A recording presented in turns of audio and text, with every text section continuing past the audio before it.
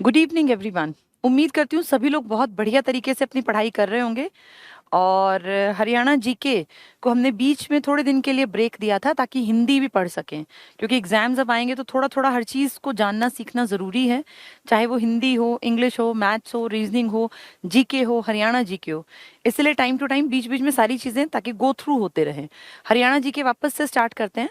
और आज मैंने यहाँ अपने यहाँ कोचिंग सेंटर पे भी हरियाणा जीके दोबारा से स्टार्ट किया है।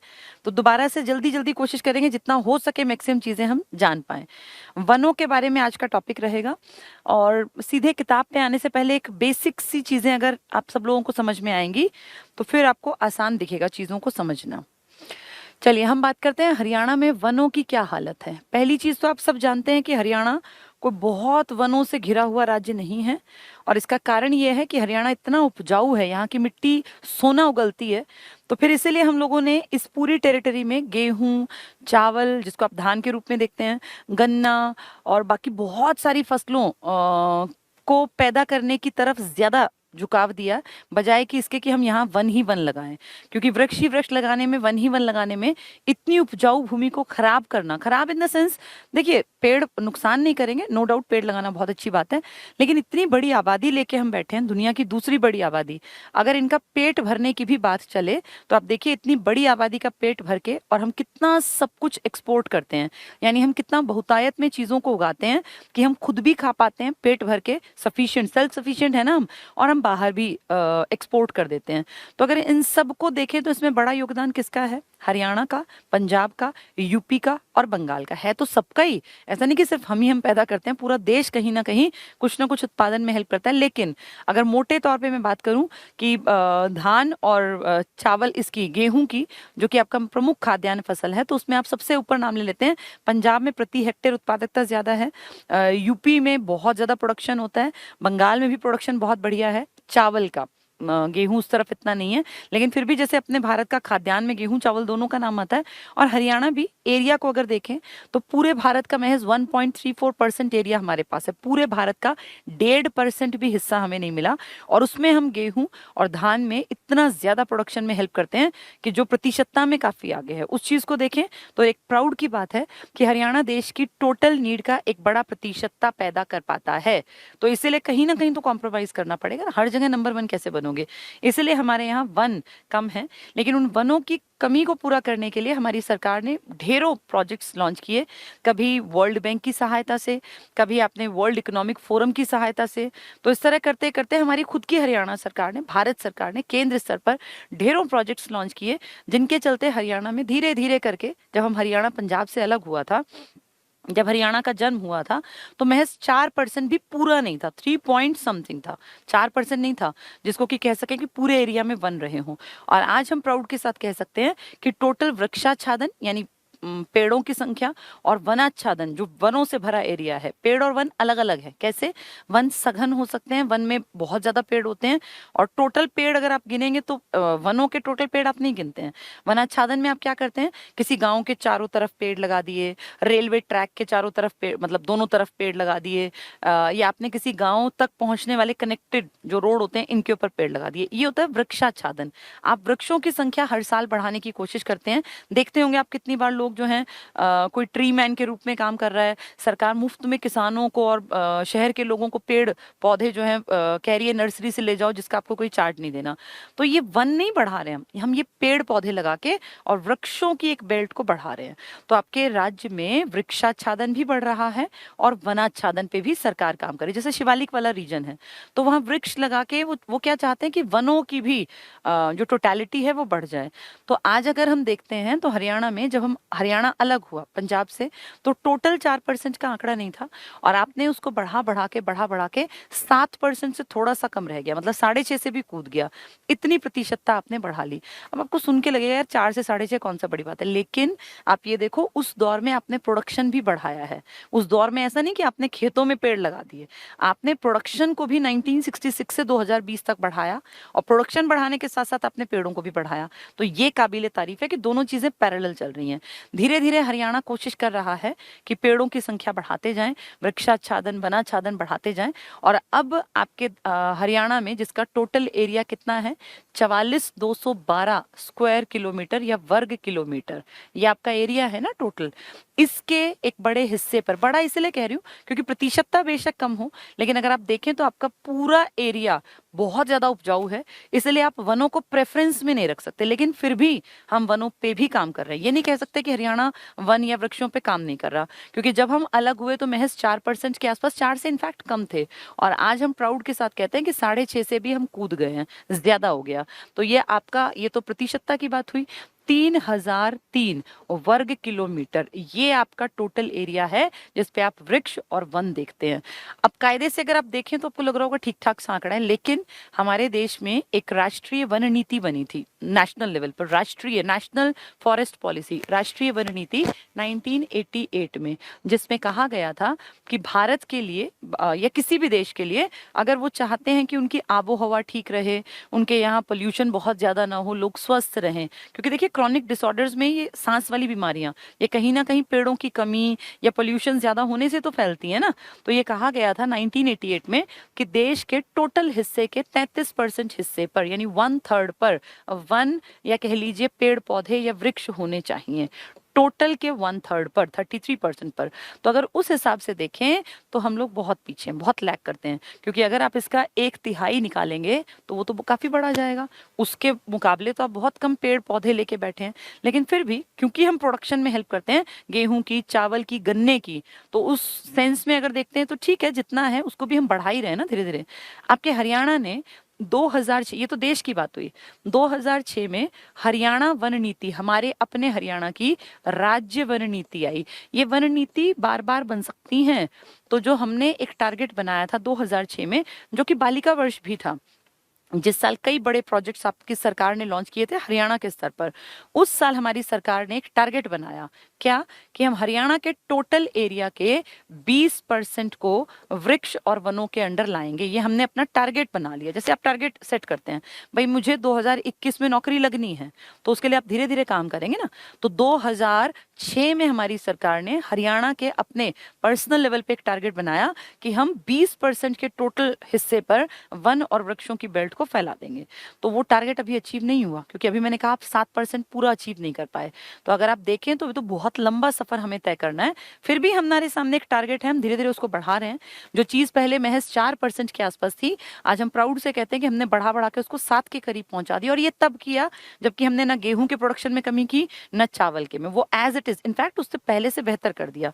तो उस हिसाब से देखें तो ठीक है, एक आदमी धीरे धीरे ही ग्रोथ करता है, एक दिन में ग्रोथ नहीं होती। तो ऐसे ही धीरे धीरे हमारा प्रतिशतता भी बढ़ते जाएगी। अब हमारे हरियाणा में धीरे धीरे पेड़, वन, ये सब बढ़ते जा रहे हैं।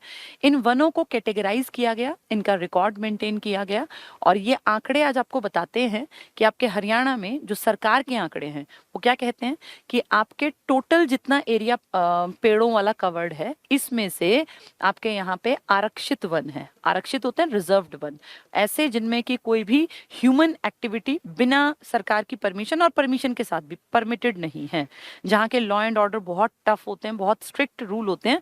और आरक्षित वन में कोई भी किसी से पूछ के भी, परमिशन लेके भी, बिना मतलब परमिशन मिल ही नहीं सकती। आप ये मान लीजिए, इतने स्ट्रिक्ट रूल होते हैं कि यहाँ पे कोई भी लकड़ी काटना, या अगर कोई पेड़ टूट भी गया ना आंधी में, तो उसकी लकड़ी भी उठा के ले जाना, ये लॉ के अगेंस्ट है।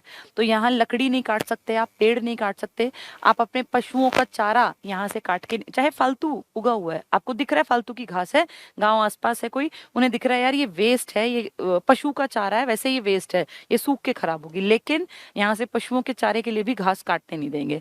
तो पशु चारण के लिए आप यहाँ पे सोचें कि मैं अपने गाय भैंस चरा लाऊं, तो ये अलाउ नहीं करेंगे। आरक्षित वन में आपकी कोई भी एक्टिविटी परमिटेड नहीं होती। आपके हरियाणा के टोटल का एक हिस्सा आरक्षित वनों में आता है। कितना हिस्सा आपका? लगभग 15.9, मैं 16 कह दूं जब भी चल जाएगा, 15.9 लिख लो, 15.9, ठीक है। इसके बाद दूसरा आपका आता है संरक्षित वन। संरक्षित होता है कंजर्व, ये है रिजर्व, ये है कंजर्व। संरक्षित वन ये क्या होते हैं? ऐसे एरियाज जिनको सरकार ने कह दिया कि वैसे तो इनकी केयर करनी है, लेकिन अगर परमिशन ली जाए तो यहाँ बहुत सारे आसपास के गांव के लोग लकड़ी भी काट सकते हैं विद परमिशन, विदाउट परमिशन नहीं। यहाँ अपनी गाय भैंस को लाके चरा भी सकते हैं, या उनका चारा अगर फालतू में उगा हुआ है उसको काट के भी ले जा सकते हैं, लेकिन सरकार की परमिशन चाहिए। जो वहां कोई होगा ना, केयर टेकर होगा, कोई सरकारी बड़ा अफसर होगा, उसकी परमिशन से, उसकी नॉलेज में होना चाहिए कि इस गांव के इतने आदमी यहाँ से भाई ऐसे काट के ले जा रहे हैं। उसके बदले में हो सकता है वो गांव वालों पे कोई टैक्स लगाएं, कोई शुल्क जो भी करें वो, लेकिन हाँ यहाँ परमिशन के साथ आपकी एक्टिविटीज अलाउ की जा सकती है। यहाँ कोई परमिशन का सवाल ही नहीं है, रिजर्व्ड है, कोई नहीं जाएगा। तीसरा एक होते हैं अवर्गीकृत कैटेगरी। अवर्गीकृत ये क्या होती है? ये होती है जो, ये मान लीजिए कि जिनका वर्गीकरण नहीं किया, ना वो संरक्षित ना वो आरक्षित, लेकिन इनके ऊपर भी भैया पानी हवा इन पे तो सबका हक होता है ना, तो इन पे सबका हक है, साझे का हक है। और यहाँ से सरकार बहुत लीनियंसी दिखाती है। लोग पेड़ भी काट लेते हैं बिना परमिशन के, लकड़ी भी काट लेते हैं, गाय भैंसों को भी चरा सकते हैं, चरागाह के रूप में वहां लाके भी यूज कर सकते हैं। मतलब इसमें कोई परमिशन नहीं लेनी, करना इसमें भी है सारा काम, लेकिन इसमें परमिशन लेनी पड़ती है। तो यहाँ रूल्स लगते हैं। यहाँ तो परमिशन मिलनी नहीं, भूल जाओ यहाँ परमिशन मिलेगी। यहाँ कुछ भी आपका नहीं है, ये सब कुछ सरकार ने अपने रिजर्व्ड एरिया में ले लिया, और अपना यहाँ भैंस चरा सकते, ना गाय ना बकरी ना कोई यहाँ मछली पालन कर सकते, चाहे पानी भरा पड़ा हो। इनमें आप परमिशन के साथ काम कर सकते हैं, बदले में सरकार आपसे कोई टैक्स, कोई किसी तरह का कुछ भी इस तरह से जो सरकार का मन करे लॉ एंड ऑर्डर में इसको बना सकती है। लेकिन इसमें आप कुछ भी कीजिए, किसी की परमिशन लेने की जरूरत नहीं है। ठीक है, तो आपका जो एरिया है ना लगातार जिसमें आप कोशिश कर रहे हैं बढ़ता जाए, आज की डेट में जो मैंने बताया 3003 वर्ग किलोमीटर है, स्क्वायर किलोमीटर। स्क्वायर को यहाँ नहीं लिखते, वहां लिखते हैं। ठीक है, तो 3003 वर्ग किलोमीटर जो आपका टोटल एरिया है, इसमें आपके वन और वृक्ष अलग अलग हैं। टोटल मिला के 3003 है। ये कितने हैं? ये हैं 1415 स्क्वायर किलोमीटर और 1588 स्क्वायर किलोमीटर। 1588 और 1415 वृक्षाच्छादन और वनाच्छादन, टोटल मिला के कितना? 3003 वर्ग किलोमीटर या 3003 स्क्वायर किलोमीटर। ये 44212 में से 3003 है। ठीक है, तो आपके 1415, भाई अकाउंटिंग है, 1415, एक 15 से स्टार्ट करो, 1588। ये हो सकता है किसी किताब में डाटा थोड़ा बहुत ऊपर नीचे मिले, उसमें ज्यादा वरी नहीं करना, क्योंकि एक एक चीज एग्जैक्टली नहीं होती। किसी साइट पे आपको कुछ मिलेगा, किसी पे कुछ, लेकिन इसके नियर अबाउट 3003 के आसपास का आंकड़ा आपको मिल जाएगा। ठीक है, ये है आपका टोटल जो वृक्षाच्छादन है, जो वनाच्छादन है। ठीक है, अब आपके यहाँ जो पेड़ पौधे मिलते हैं, क्योंकि आपका हरियाणा देखने में तो लगता है कि एक जैसा, लेकिन हम अगर देखें इसको कीनली ऑब्जर्व करें तो हरियाणा में भी प्राकृतिक वेरिएशन काफी ज्यादा है। अगर आपको इनको दो नदियां मान लो, ये आपकी कौन सी नदी है? घग्गर नदी, और इसको आप मान लें ये अपनी यमुना नदी। तो हरियाणा इन दो नदियों के बीच में बहुत सघन बसा, बहुत उपजाऊ भूमि लेकर बैठा हुआ एरिया है, और फर्टाइल लैंड है बहुत ज्यादा, यहाँ कुछ भी पैदा कर सकते हैं हम। और हमारी जो ये हेक्टेयर उत्पादकता है ये भी काफी अच्छी है, क्योंकि पंजाब की अच्छी तो हमारी भी अच्छी है ना, पूरा लैंड एरिया एक ही तो था पहले। ये यहाँ पे आपका जो ये वाला इलाका है जो पहाड़ियों से घिरा है, और कुछ पहाड़ियां आपकी वर्ल्ड की पुरानी पहाड़ियां यहाँ भी हैं। ये पहाड़ियां हैं आपकी पुरानी वर्ल्ड की सबसे पुरानी अरावली की रीजन वाली, और ये पहाड़ियां हैं आपकी वर्ल्ड के सबसे नए पहाड़ों में शिवालिक रीजन वाली। तो आपके यहाँ वेरिएशन है, जैसे पहाड़ हैं जैसे नदियां हैं उस हिसाब से। आपकी इस बेल्ट में बारिश बहुत ज्यादा नहीं होती है, आपके यहाँ के एरिया में बारिश बहुत अच्छी होती है। तो इसीलिए जैसी बारिश होगी वैसे ही पेड़ पौधे होंगे ना, पेड़ पौधे इससे प्रभावित होते हैं ना कि कितनी बारिश हुई, कैसा एनवायरनमेंट है, ठंडा है गर्म है। तो आपकी जो ये वाली बेल्ट है ना, किससे लगती है? ये राजस्थान से। इसका प्रभाव सीमावर्ती इलाकों पे तो काफी ज्यादा होगा, और जो ये वाला इलाका है यहाँ ठंडक का प्रभाव होगा। तभी आप देखिए अंबाला क्रॉस करते करते, इनफैक्ट अंबाला पहुंचते पहुंचते भी लगने लगता है कि हाँ टेम्परेचर में वेरिएशन आ गया। आप कलेसर में अगर कभी जाएंगे तो आप फील करेंगे कि शायद कहीं पहाड़ी इलाके में हम घूम रहे हैं, लगता ही नहीं कि हरियाणा में घूम रहे हैं, क्योंकि हरियाणा तो हमारे दिमाग में है ये प्लेन वाला जिसमें सोनीपत आता है, पानीपत आता है, या ये अपना जींद आता है। लेकिन जैसे ही हम जाते हैं चंडीगढ़ से पहले अपने हरियाणा में ही होते हैं, तो वो फील आने लगता है कि हम कहीं पहाड़ी इलाके में आ गए। तो उस तरफ में क्योंकि एनवायरनमेंट अलग है, इसलिए पेड़ पौधों की हाइट, पेड़ पौधों का प्रकार सब अलग मिलेगा। जो ये वाली बेल्ट है ना, इसमें बारिश भी कम होती है, जो बिल्कुल सीमावर्ती है। तो बहुत सारे इलाकों में बिल्कुल सीमावर्ती में 20 से 40 सेंटीमीटर की पानी में जो अच्छी चल पाती हैं प्राकृतिक, उसमें अगर मैं पेड़ों की बात करूं तो वो पैदा होते हैं। इन्हें कहते हैं हम उष्ण कटिबंधीय, मतलब जो थोड़े गर्म इलाके में उष्ण कटिबंधीय जो पेड़ पौधे हैं। ठीक है, इसके बाद उस इलाके की अगर बात करें तो वो थोड़ा पहाड़ी है, वहाँ थोड़ी सी ठंडक कंपैरेटिवली ज्यादा है, तो वहाँ उष्णकटिबंधीय नहीं है। वहाँ जो वनस्पति आपको मिलेगी वो उप उष्ण मिलेगी, मतलब उष्ण से थोड़ी सी कंपैरेटिवली ठंडी, या आप उसको कह देते हैं पाइन वनस्पति। पाइन प्रकार के वन पाए जाते हैं, पाइन वनस्पति। तो पाइन कहाँ मिलेगी आपको? पहाड़ी इलाकों में। और उष्णकटिबंधीय कहाँ मिलेगी? जहाँ कंपैरेटिवली गर्म टेम्परेचर है। तो आप जहां भी रहते हैं, आप अपने एरिया को देखिए, या तो वो उष्ण के जैसी, उष्ण में क्या मिलेगा? आम के पेड़ मिल गए, शीशम मिल गई, और जो ये आपके आसपास जितने पेड़ पौधे मिलते हैं ना, अगर आप सोनीपत में रहते हैं, पानीपत में रहते हैं, झज्जर में रहते हैं, आप गुड़गांव में रहते हैं, फरीदाबाद में रहते हैं, तो इस बेल्ट में जो मिलते हैं नॉर्मल पौधे जो तुम्हारे गाँव के आसपास है ना, वो इस बेल्ट में पैदा हो जाते हैं। जो लोग मुझे सुन रहे हैं पंचकुला से, अंबाला से, उस तरफ के एरिया में कुछ खास तरह की वनस्पति पाई जाती है। जैसे अगर एग्जाम्पल की बात करें तो वहां पे चीड़ मिलेंगे, चीड़ के पेड़, पाइन ट्रीज मिलेंगे, पाइन, देखो वो लिखा भी है पाइन, ठीक है। इसके अलावा यहाँ पे ढाक मिलेगा, ढाक को पलाश भी कह देते हैं। और यहाँ पे मिलेंगे साल के पेड़, साल के वन। ये कलेसर तो मेनली साल के वृक्षों की अधिकता के लिए ही फेमस है। ये कई बार एग्जाम में एचएसएससी ने पूछा भी है कि साल के पेड़ों की अधिकता कहाँ पर है, तो कलेसर में, कहीं सुल्तानपुर कराओ, सुल्तानपुर इस इलाके में पड़ेगा, वहां कोई साल वाल नहीं, कीकर ही कीकर खड़ी हुई है, बबूल का पेड़ है, क्योंकि बारिश कम होती है।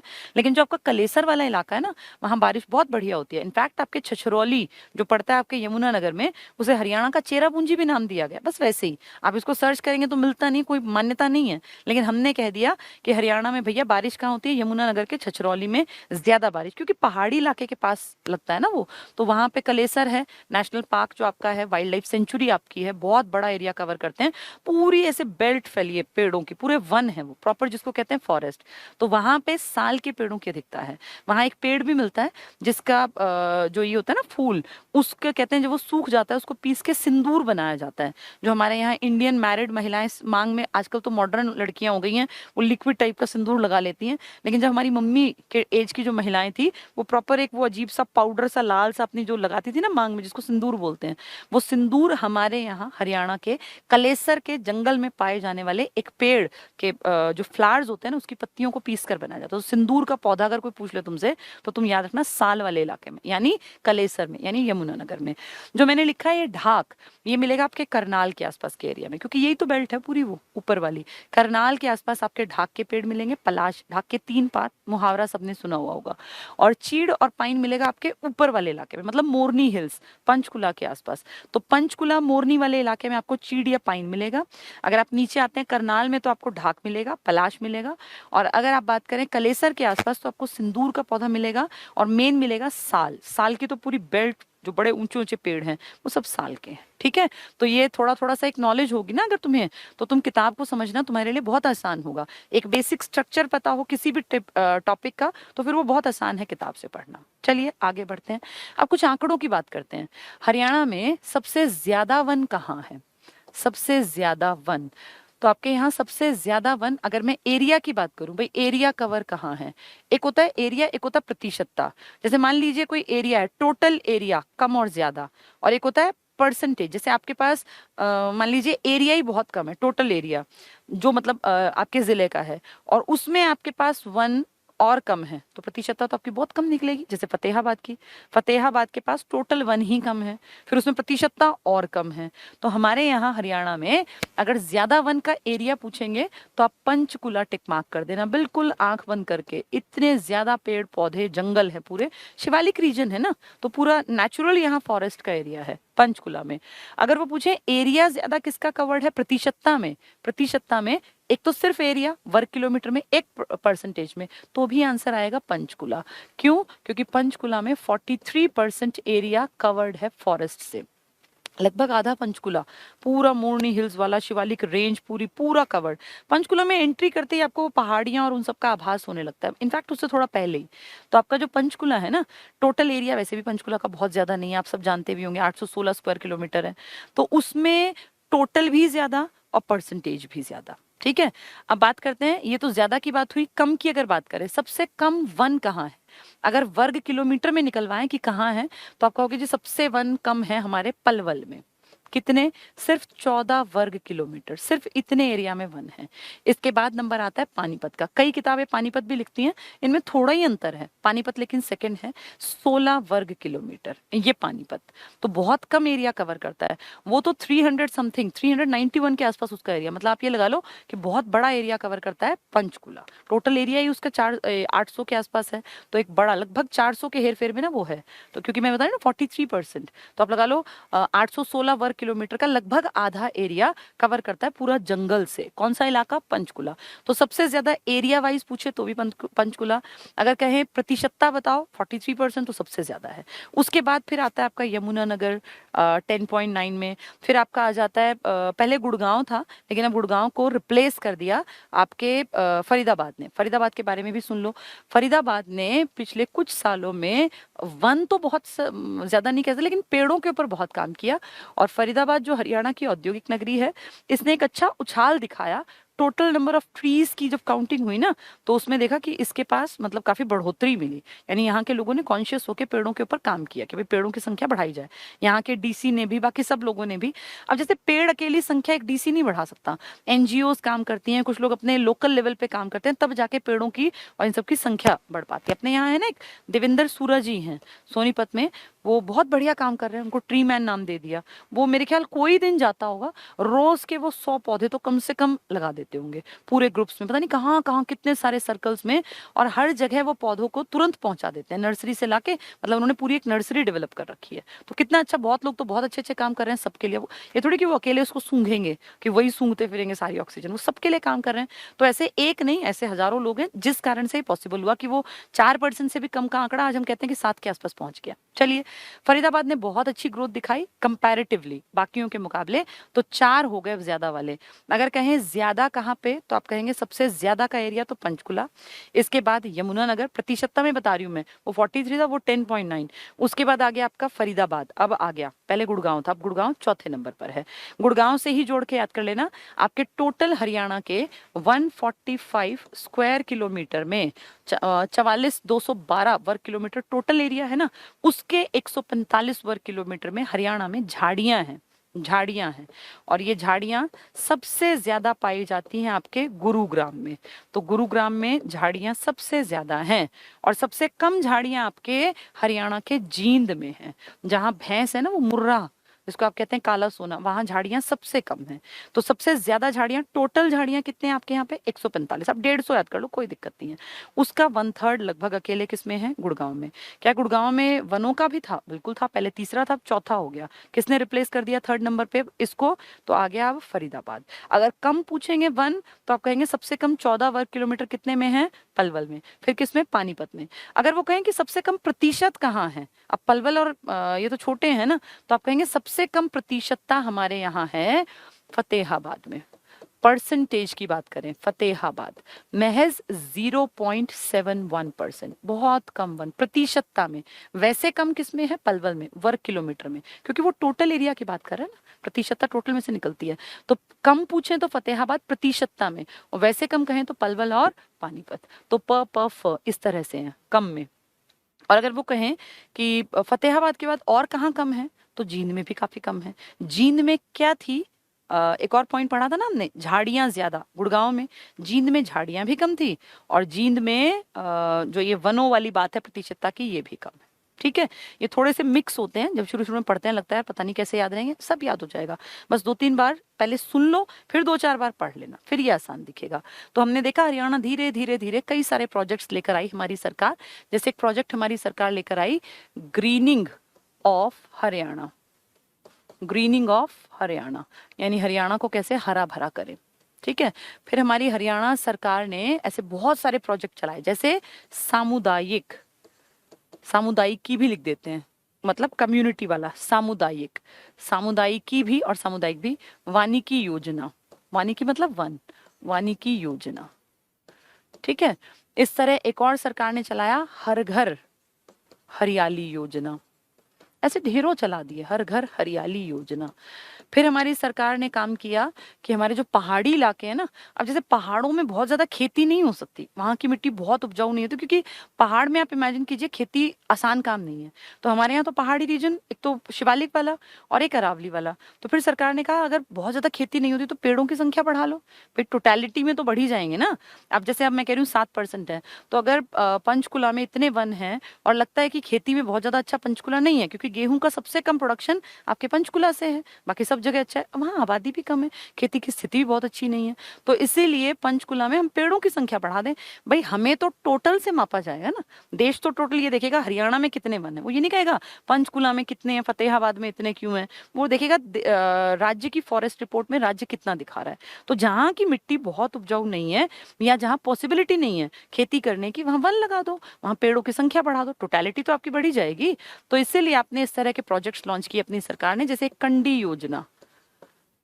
कंडी योजना ये शिवालिक में पेड़ पौधे बढ़ाओ उसके लिए चला दी। ऐसी ढेरों छोटी छोटी योजनाएं, कोई सेंट्रल लेवल पर, कहीं वर्ल्ड बैंक ने हमें हेल्प कर दी, कहीं पे आपका ये जो है ना यूरोपियन इकोनॉमिक फोरम, इसने हमारी हेल्प कर दी, कहीं केंद्र सरकार ने हमें पैसा दे दिया, कहीं हमने खुद पैसा लगा लिया।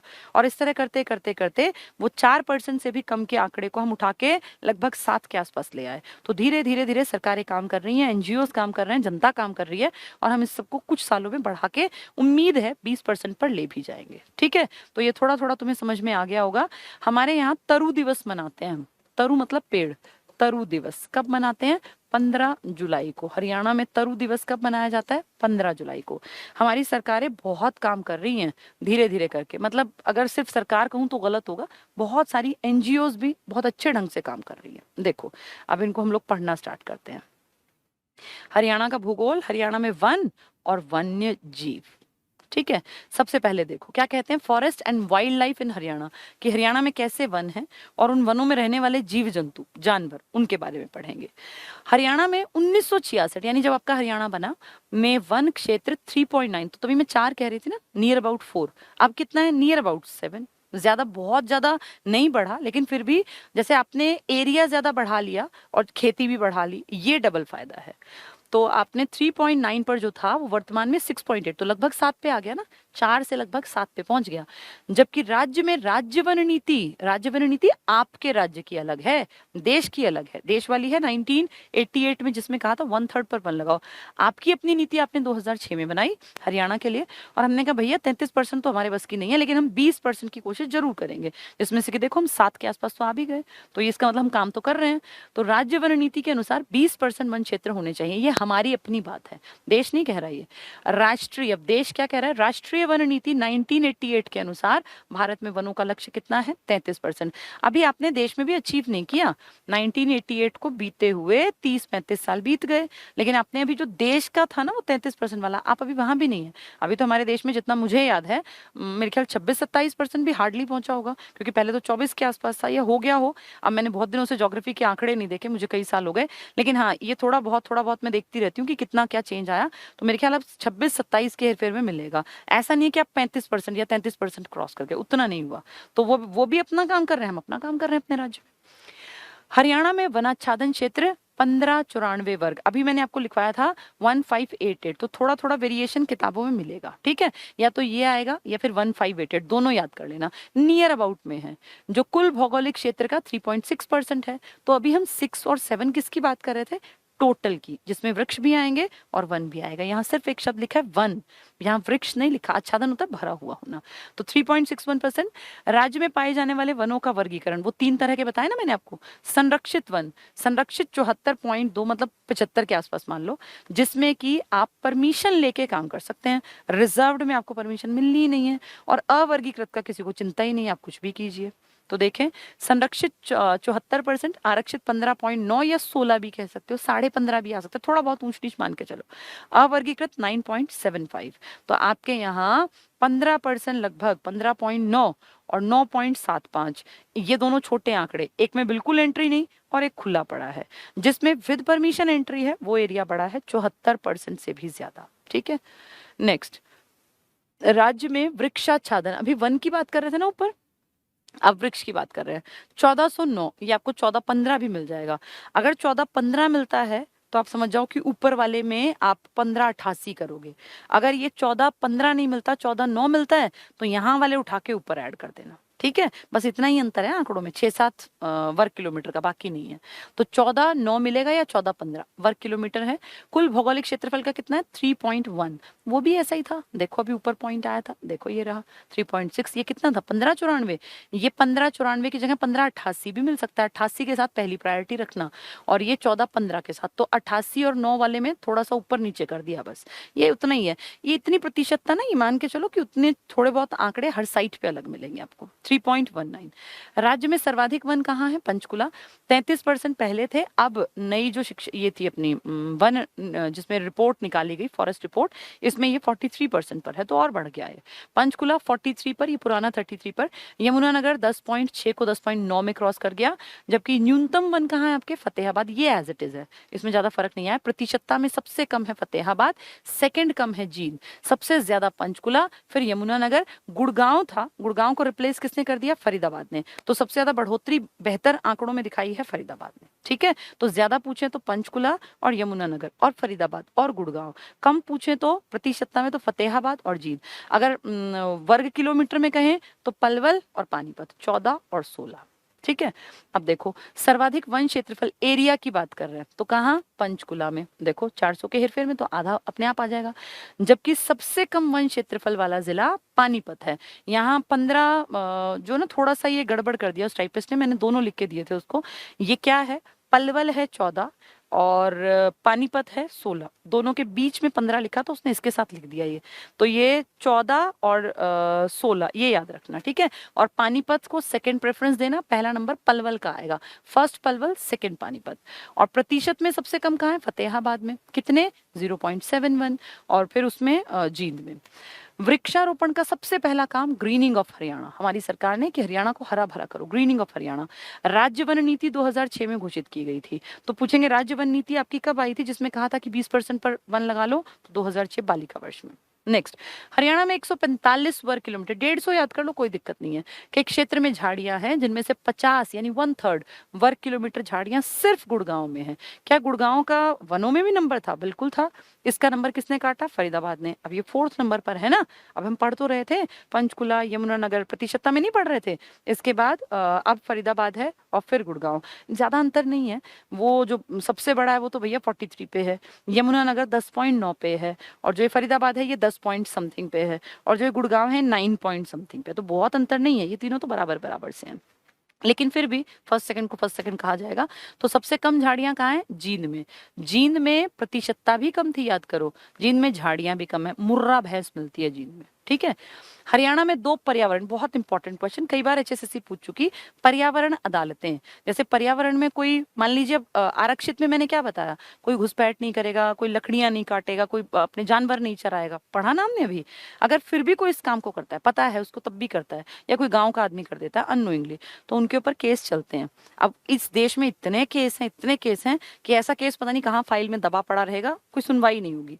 तो इसलिए कह दिया कि भैया ऐसे अदालतें बना दो जहां पे इस तरह के पर्यावरण के ही केसेस जाएं। तो पर्यावरण अदालतें, पर्यावरण न्यायालय हरियाणा में 2 जगह बना दिया। कहाँ कहाँ?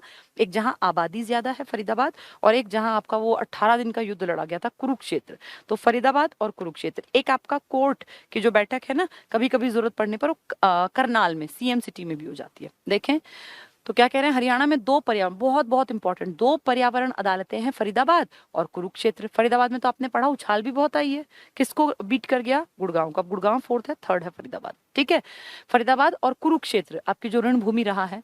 और विशेष अदालत कैंप कोर्ट करनाल नवंबर 1998 से यहाँ लगाया जाता है अगर जरूरत पड़े तो, वैसे नहीं। तो आपके 2 कौन कौन सी हैं? फरीदाबाद जहाँ आबादी ज्यादा है, जिसने बहुत ग्रोथ दिखाई है, और एक जहाँ लड़ाई झगड़े हुए थे कुरुक्षेत्र में, महाभारत वाले। ठीक है, 2003 में हरियाणा में वनस्पति वन योजना यमुनानगर में चौधरी देवीलाल प्राकृतिक पार्क, बहुत बहुत इंपॉर्टेंट, ये कई बार आ चुका आपके यमुनानगर में, चौधरी देवीलाल के नाम पर। वैसे देवीलाल जी आते दिमाग में सिरसा आता है क्योंकि यूनिवर्सिटी वही है, लेकिन चौधरी देवीलाल रुद्राक्ष वाटिका जड़ी बूटी उद्यान, ये पेपर में आया था एचएसएससी में।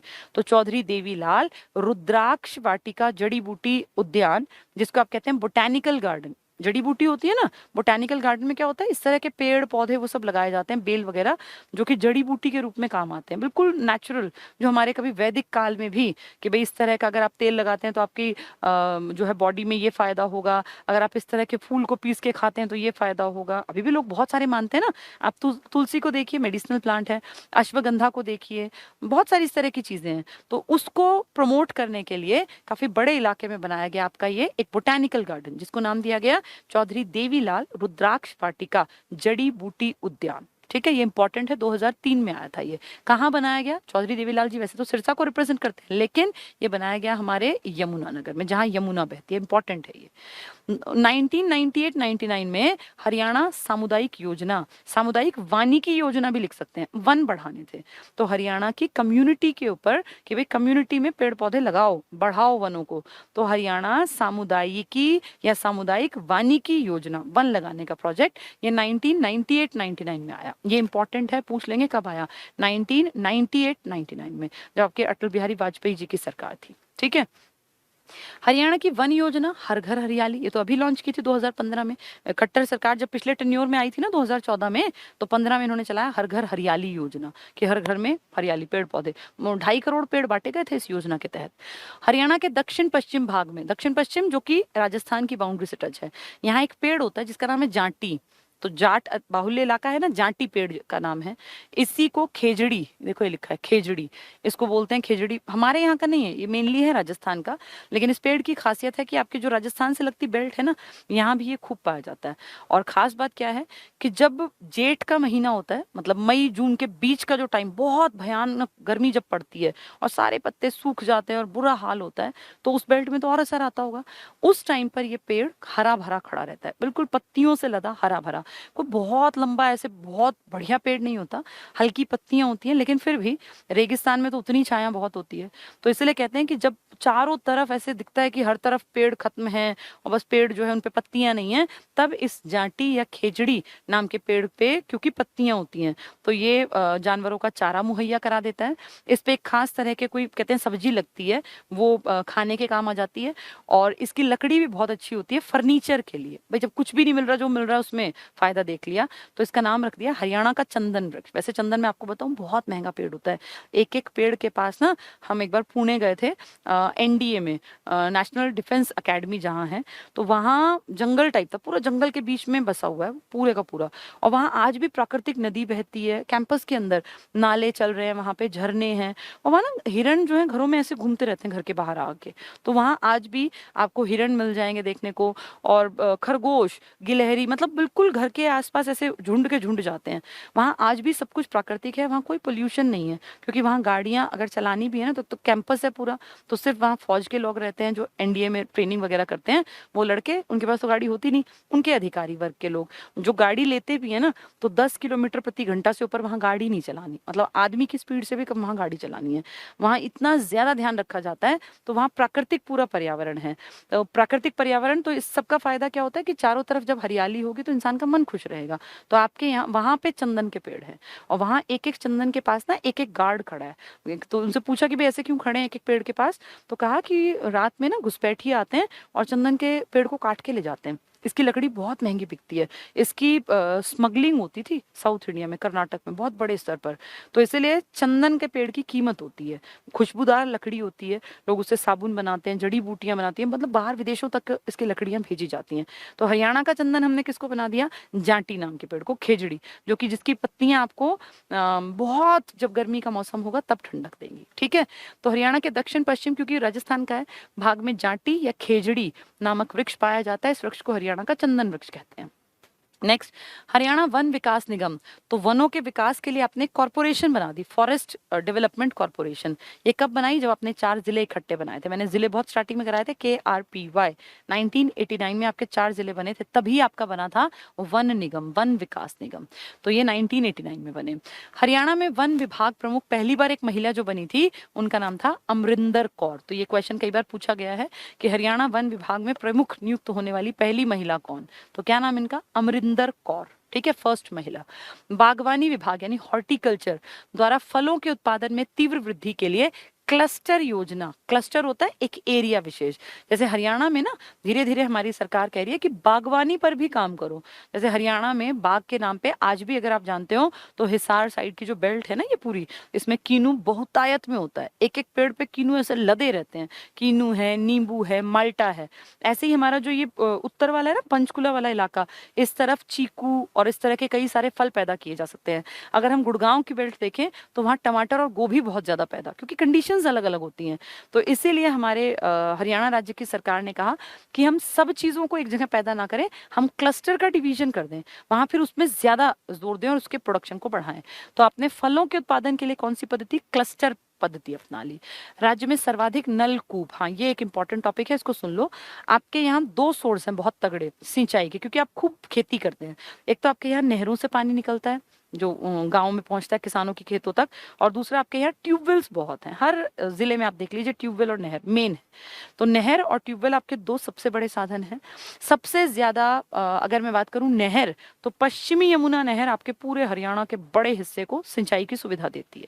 पूरी ये बेल्ट जो है ना, ये पश्चिमी यमुना नहर यमुनानगर से तो निकल आती है और फिर इसकी उप नहरें कितनी आगे तक।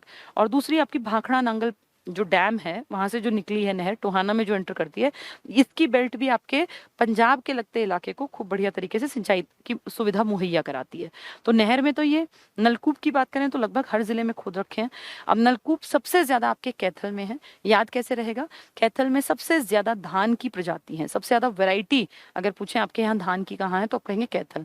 आपकी के की पट्टी थी ना, करनाल, कैथल और कुरुक्षेत्र, जिसमें धान बहुत ज्यादा था। पानीपत, सोनीपत खूब ज्यादा है, लेकिन वो मेन है। तो उसी को हम कंसीडर करके याद करेंगे। कैथल में धान सर्वाधिक था, किसमें, टोटलिटी की बात नहीं कर रही, वो अलग, वो करनाल में है।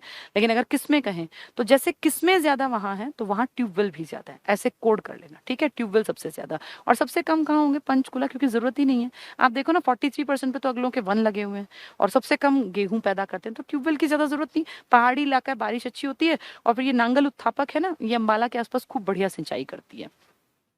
राज्य में सर्वाधिक नलकूप मतलब ट्यूबवेल द्वारा सिंचाई कैथल में, ये इंपॉर्टेंट है, कैथल में। जबकि सबसे कम नलकूपों द्वारा सिंचाई कहाँ होती है, पंचकुला में। पंचकुला में एरिया ही कम है ना, टोटल लैंड एरिया जो मतलब प्रोडक्शन के लिए। राज्य में वन्य प्राणियों के संरक्षण, ये भी थोड़ा सा सुन लो। आपके देश में एक प्रोजेक्ट बड़े स्तर पे लॉन्च हुआ जब इंदिरा गांधी आपकी प्राइम मिनिस्टर थी, प्रोजेक्ट टाइगर। उस दौर में हर राज्य ने अपने अपने राज्य में कुछ अलग हटके किया। तो उसी टाइम हरियाणा में 1971 में ये नोटिस में आया कि हरियाणा में भी वन्य जीव हैं, अगर थोड़ा सा इनकी केयर की जाएगी तो वन्य जीवों का जो टोटल नंबर है वो बढ़ाया जा सकता है, इनको थोड़ी सिक्योरिटी, सेफ्टी मिले। तभी तो national parks, wild life sanctuary और रिजर्व और ये सब बनाए गए। तो उस टाइम पर 1972 में आपके हरियाणा में एक मान लीजिए कानून के तहत कि भाई ये वाला एरिया रेस्ट्रिक्टेड है, यहाँ आम आदमी नहीं घुसेगा, वो कोई यहाँ पे काट नहीं सकता चीजों को, वो लकड़ियां नहीं तोड़ सकता, वो पेड़ को नहीं कुछ भी हार्म पहुंचा सकता, इस तरह से अधिनियम बना दिया। फिर उसके बाद में आपके यहाँ शिकार पर भी प्रतिबंध लगा दिया लेटर स्टेज में जाके 1991 में। तो 1972 में आपके यहाँ वन्य जीव से जुड़ा अधिनियम, एक कानून बनाया। फिर उसमें और ऐड कर दिया कि यहाँ पे शिकार करना प्रतिबंधित है, खुले में हरियाणा में कोई शिकार नहीं कर सकता। कब बनाई है, 1992 में, 91 में। तो वो 72 में, वो 91, 72 में इंदिरा गांधी आपके देश में थी, और 92 में, 91 में राजीव गांधी बनने थे पीएम, लेकिन उनका मर्डर हो गया था। दोनों माँ बेटे के टाइम में याद कर लेना, ठीक है। राज्य में वन्य प्राणियों के संरक्षण का अधिनियम, अधिनियम मतलब कानून, मार्च 1972 को लागू हुआ। इस अधिनियम में चेंज किया, अमेंडमेंट किया, सितंबर 1991 से शिकार पर भी प्रतिबंध लगा दिया। तो आपके यहाँ जो वन्य प्राणियों का संरक्षण है ना, भाई कोई इनका शिकार ना करे, कोई इनको मार ना दे, ये 1972 से है। और फिर इसमें भाई शिकार भी नहीं करना, एक तो होता है गाड़ी के नीचे आ गया ऐसा कुछ, एक होता है जानबूझ के शिकार करना, वो 1991 में प्रतिबंधित कर दिया। दोनों इंपॉर्टेंट है ये। सुल्तानपुर पक्षी विहार, आप अच्छी तरह जानते हैं आपके राज्य में सिर्फ 2 नेशनल पार्क्स हैं। कहने को वो दिखावटी, उनमें कुछ मिलता खास नहीं है, लेकिन फिर भी भाई 2 हैं तो हम बात करेंगे। एक है आपका सुल्तानपुर पक्षी विहार, पहले था, अब सुल्तानपुर नेशनल पार्क है। ये पक्षी विहार, एक आदमी था, माइकल जैक्सन का नाम सुना होगा ना, वो जो डांस करने वाला था, उस जैसा नाम है, Peter Michael Jackson. Peter Michael Jackson, उसने, वो पक्षी वैज्ञानिक था, घूमता था, पक्षियों को देखता था, उसको बड़ा इंटरेस्ट था पेड़ पौधों में, फ्लोरा फौना में, मतलब कहाँ क्या प्रजाति, कैसा माहौल, क्या चाहिए। तो उसने एक चिट्ठी लिखी 1971 में इंदिरा गांधी को। तो दिल्ली थी इंदिरा गांधी, भाई पीएम तो दिल्ली रहेगा ना, तो उन्होंने एक लेटर लिख के कहा कि भाई ऐसे ऐसे ना आपके दिल्ली से थोड़ा दूर गुड़गांव में एक इलाका है जो वेटलैंड है, और जहाँ पे एक झील है, बहुत सारे पेड़ हैं, और जहाँ पे नेचुरल कंडीशंस हैं बहुत बढ़िया पक्षियों के लिए, बहुत सारे पक्षी यहाँ आते हैं। तो आप अगर परमिशन दे दें तो इस इलाके को हम थोड़ा सा सेफ बना दें, एक तरह से रिजर्व बना दें। तो इंदिरा गांधी ने कहा ठीक है, मैं आऊंगी, देखूंगी, मुझे ठीक लगा तो मैं इसके लिए परमिशन कर दूंगी। अब इंदिरा गांधी क्योंकि पीएम थी, ढेर काम थे, कहाँ इतना टाइम मिलता है, तो उन्होंने उस टाइम जो सीएम थे आपके हरियाणा के, बंसीलाल जी, चौधरी बंसीलाल जी, इनको कहा कि भाई ऐसे ऐसे आप देख आइए, भाई आपके राज्य का वो है। बंसीलाल जी ने विजिट किया, उन्होंने कह दिया हाँ इस इलाके में खेती बाड़ी तो हो नहीं सकती, तो यूज का ऐसा सच है नहीं, इसको रिजर्व के नाम पे अगर हम नेशनल पार्क बना दें, या पहले वाइल्ड लाइफ सेंचुरी बना था, वो बना दें, तो थोड़ा सा भाई ये होगा कि चलो एक एरिया आपका सेफ हो गया जानवरों के लिए, बहुत कोई बड़े जानवर तो यहाँ है नहीं। तो फिर उसके बाद वो धीरे धीरे पहले वाइल्ड लाइफ सेंचुरी बना। वाइल्ड लाइफ में क्या होता है, विद परमिशन पेड़ काट सकते हैं, थोड़ा सा इस तरह की चीजें, ह्यूमन एक्टिविटीज परमिटेड होती हैं, जैसे कि कहाँ थी आपके संरक्षित में, तो उसी तरह से। फिर थोड़ा लेटर स्टेज में 1989 में ये फील किया गया कि इसको नेशनल पार्क बना दो। 1989 में इसको नेशनल पार्क बना दिया, लेकिन एचएसएससी ने पिछली बार पेपर में दिया तो उन्होंने 1991 को ठीक माना। अगर आप इसको डिटेल पढ़ें तो 1989 मिलेगा, लेकिन क्योंकि एचएसएससी भैया कुछ भी कर सकती है, तो उन्होंने 1991 को अपने पेपर में ठीक माना था। ठीक है, मैं अब टीचर हूँ, मेरा जिम्मेदारी है दोनों बातें तुम्हें बता दूं। अगर हम वैसे देखें, डिटेल में जाएं तो 1989 में हुआ था, लेकिन उनकी माने तो 1991 कहते हैं वो। ठीक है, तो उसके बाद ये एक नेशनल पार्क बना दिया, और अब ये सुल्तानपुर नेशनल पार्क है। पहले ये सलीम अली पक्षी अभ्यारण्य था, पक्षी उद्यान था। सलीम अली कौन थे, आपके देश में एक बहुत बड़े ऑर्निथोलॉजिस्ट हुए, ऑर्निथोलॉजिस्ट पक्षी वैज्ञानिक, जो पूरा पक्षियों को जिन्होंने अपनी लाइफ डिवोट कर दी, उनके बारे में जानना, उनको निहारना, उनको समझना, उनके ऊपर किताबें लिखना, लोगों को अवेयर करना।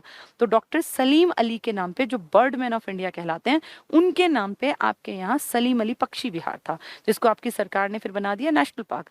अब Salim Ali national park already था, तो उसको पक्षी विहार का नाम सलीम अली नेशनल पार्क नहीं कर सकते थे, इसलिए नाम बदल के कर दिया सुल्तानपुर नेशनल पार्क, जो कहाँ है आपके गुड़गांव में। ठीक है, उसी की बात बता रहे हैं। सुल्तानपुर पक्षी विहार का पुराना नाम क्या था, Salim Ali, bird man of India के नाम पर पक्षी विहार है। इसकी खोज करने का श्रेय पीटर जैक्सन को, माइकल पीटर जैक्सन, पूरा नाम है माइकल पीटर जैक्सन, उनको जाता है। राज्य का सबसे बड़ा वन्य जीव अभ्यारण्य कलेसर नहीं है, ये बड़ा लिखा था उसने सबसे ऐड कर दिया।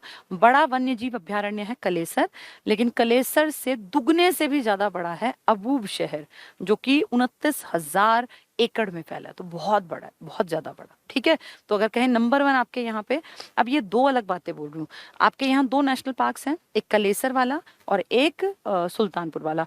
दो में से बड़ा कौन सा है, तो कलेसर। आपके यहाँ वाइल्ड लाइफ सेंचुरी है 8, हम आगे डिटेल से पढ़ेंगे, जिनमें एक कलेसर भी है, एक अबूब शहर। तो अगर पूछे सबसे बड़ी, तो आप कहेंगे अबूब शहर।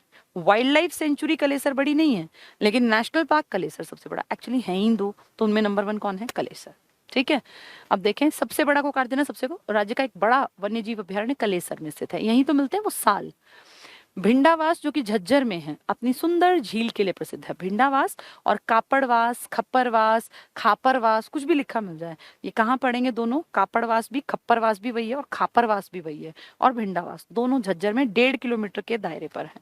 तो ये वेटलैंड है और सुंदर झील है भिंडावास में। ठीक है, पंचकुला, मोरनी, मोरनी हिल्स में चीड़, और करनाल में ढाक या पलाश, और यमुनानगर के कलेसर में साल। ये तीनों ध्यान रखना, अगर मोरनी आए तो पाइन वाले टिक कर देना, चीड़ वाले टिक कर देना। ठीक है, और अगर आए ये अपने सीएम सिटी वाला, तो ढाक और पलाश, और अगर पूछें कि आपके कलेसर में, तो साल। तीनों इंपॉर्टेंट है। सिंदूर वाला भी साल वाले में। हरियाणा वन नीति 2006 के अनुसार प्रदेश के कुल भौगोलिक क्षेत्र के 20% भाग पर वन होने चाहिए, लेकिन अगर वन की बात करें तो आपके यहाँ भी 4% पर भी वन क्षेत्र नहीं है। टोटल मिला के वन वृक्ष आप 7 के आसपास हैं, तो टोटल अभी आप वनों में, ऐसा नहीं कि आप वन में आगे पहुंच गए हैं। India state of forest report 2017 के अनुसार हरियाणा में वन क्षेत्र 1588, मैंने बताया ना 3003 कैसे बना, एक 1415 और एक 1588, थोड़ा सा फेरबदल कर सकते हैं। 1588 को अगर वो 1594 देते हैं, तो आप 1415 में से हटा देना उतने। ठीक है, फिर वो 14, 9 या 6 जितना निकले उतना कर देना। तो आपके यहाँ वन जो है 1588 वर्ग किलोमीटर, और वृक्ष 1415, दोनों को ऐड करोगे तो 3003 वर्ग किलोमीटर आ जाएगा। इस प्रकार वन और वृक्ष दोनों मिलाकर 3003 वर्ग किलोमीटर हरियाणा के कुल भौगोलिक का 6.7, तो लगभग 7% आपका होने वाला है। 3003 वर्ग किलोमीटर, 1415 एक है और 1588 दूसरा है वर्ग किलोमीटर में। राज्य में सर्वाधिक वन क्षेत्र की वृद्धि किसने की? फरीदाबाद। तभी तो कौन से रैंक पे आ गया? थर्ड। पहले फर्स्ट सेकंड थर्ड कौन थे? पंचकुला, यमुनानगर, गुड़गांव। बीच में कौन एंट्री कर गया? फरीदाबाद। फोर्थ कौन चला गया? गुड़गांव। ठीक है, तो इंपॉर्टेंट है ये। क्या फरीदाबाद में पर्यावरण न्यायालय भी है? बिल्कुल, 2 न्यायालय थे ना आपके कोर्ट। कहाँ कहाँ? एक फरीदाबाद में, एक कुरुक्षेत्र, और एक वो जो वैसा कोर्ट कहीं भी बैठक लगाने वाला वो करनाल में था। Next, India state of forest report 17 के अनुसार राज्य में सबसे अधिक वन क्षेत्र कहाँ है? पंचकुला 43%, टोटल एरिया भी इसका ज्यादा है 400 वर्ग किलोमीटर के आसपास।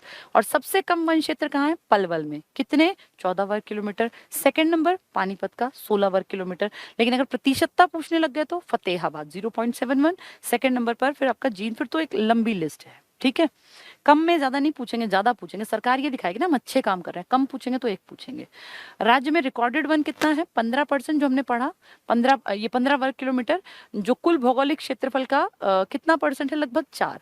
आरक्षित कितना? 15.9। संरक्षित जिसमें की एक्टिविटी हो सकती है परमिशन के साथ 74। और अवर्गीकृत कितना था? 10 के हेरफेर में। तो एक 15.9 है, एक 74% है और एक 9.75। अगर याद ना रहे कोई चिंता नहीं, 10 याद कर लो, वो 15 याद कर लो, वो 74। थोड़ा बहुत ऊंचा नीचा चल जाता है, एक आइडिया आपको लगना चाहिए। ठीक है, इनमें से किसमें आप परमिशन लेने की जरूरत ही नहीं है? इस वाले में, अवर्गीकृत में। किसमें परमिशन लेके भी काम नहीं कर सकते? आरक्षित में, वो 16% वाले में, 15.9 वाले में। किसमें आप परमिशन के साथ काम कर सकते हैं? कुछ वो शुल्क लेंगे, तो संरक्षित 74% वाले में। ठीक है, हरियाणा में वनों का वर्गीकरण 2 मैंने बताया था। पहला, 2 भाग हैं इसके। उष्णकटिबंधीय, उष्णकटिबंधीय गर्मी वाले। शुष्क यानी जहां पे बारिश कम, 20 से 40 सेंटीमीटर। देखो 20 से 40 सेंटीमीटर वर्षा वाले क्षेत्र महेंद्रगढ़, रेवाड़ी, गुड़गांव, भिवानी, यमुनानगर को हटा देना, ये गलत कर दिया उसने। कैथल, करनाल, सोनीपत। करनाल में भी कम है। मेन वो बेल्ट जिसमें बारिश कम होती है, इसके मैदानी भागों में ये हर जगह है इस तरह के। मैप अभी नहीं कर रहे हैं। क्या क्या इसमें आता है? देखो ये सब पेड़ तुम्हारे आसपास हैं। इनमें शीशम, पीपल, नीम, आम, जामुन, इमली, तो ये मेन पेड़ है। ये तो हर किसी के राज्य के आसपास मिलेंगे, हर किसी के गांव के आसपास है, तो मेनली ये मिलते हैं पूरे हरियाणा में। राज्य के शुष्क क्षेत्रों में कीकर ज्यादा मिलता है। झाड़ियां ज्यादा कहाँ है आपके? गुड़गांव में ना। 145 वर्ग किलोमीटर का 50 किसके पास है? अकेले गुड़गांव के पास। तो उस बेल्ट में बारिश कम होती है। तो राज्य के शुष्क क्षेत्रों में कीकर, कीकर को आप बोल देते हैं ये बबूल। बबूल और कीकर एक ही चीज होती है। फिरास, झरबेरी, पीलू, नीम। मेन याद करें तो कीकर है, नीम है और पाठा है, थूहर, सरकंडा, बुई, संजिया आदि, इन सब के पेड़ पाए जाते हैं। ठीक है, और वो कौन सा है? वो जिसको आप क्या कहते हो, इसी इलाके में तो होता है वो, हरियाणा का चंदन वृक्ष। कौन सा? जांटी, जांटी। उपोष्ण कटिबंधीय, उपोष्ण मतलब थोड़ा कम गर्म वाला। कटिबंधीय पाइन वन, ये पहाड़ों की बात करेंगे। ये वन पहाड़ी क्षेत्र के 100 सेंटीमीटर वर्षा वाले क्षेत्रों में, अंबाला भैया खूब बारिश है, पंचकुला में और यमुनानगर और हिमाचल प्रदेश के सीमावर्ती में। यहाँ क्या मिलेगा? चीड़। चीड़ कहाँ मिलेगा आपको? चीड़ कहाँ मिलेगा? जो पंचकुला मोरनी वाला इलाका था।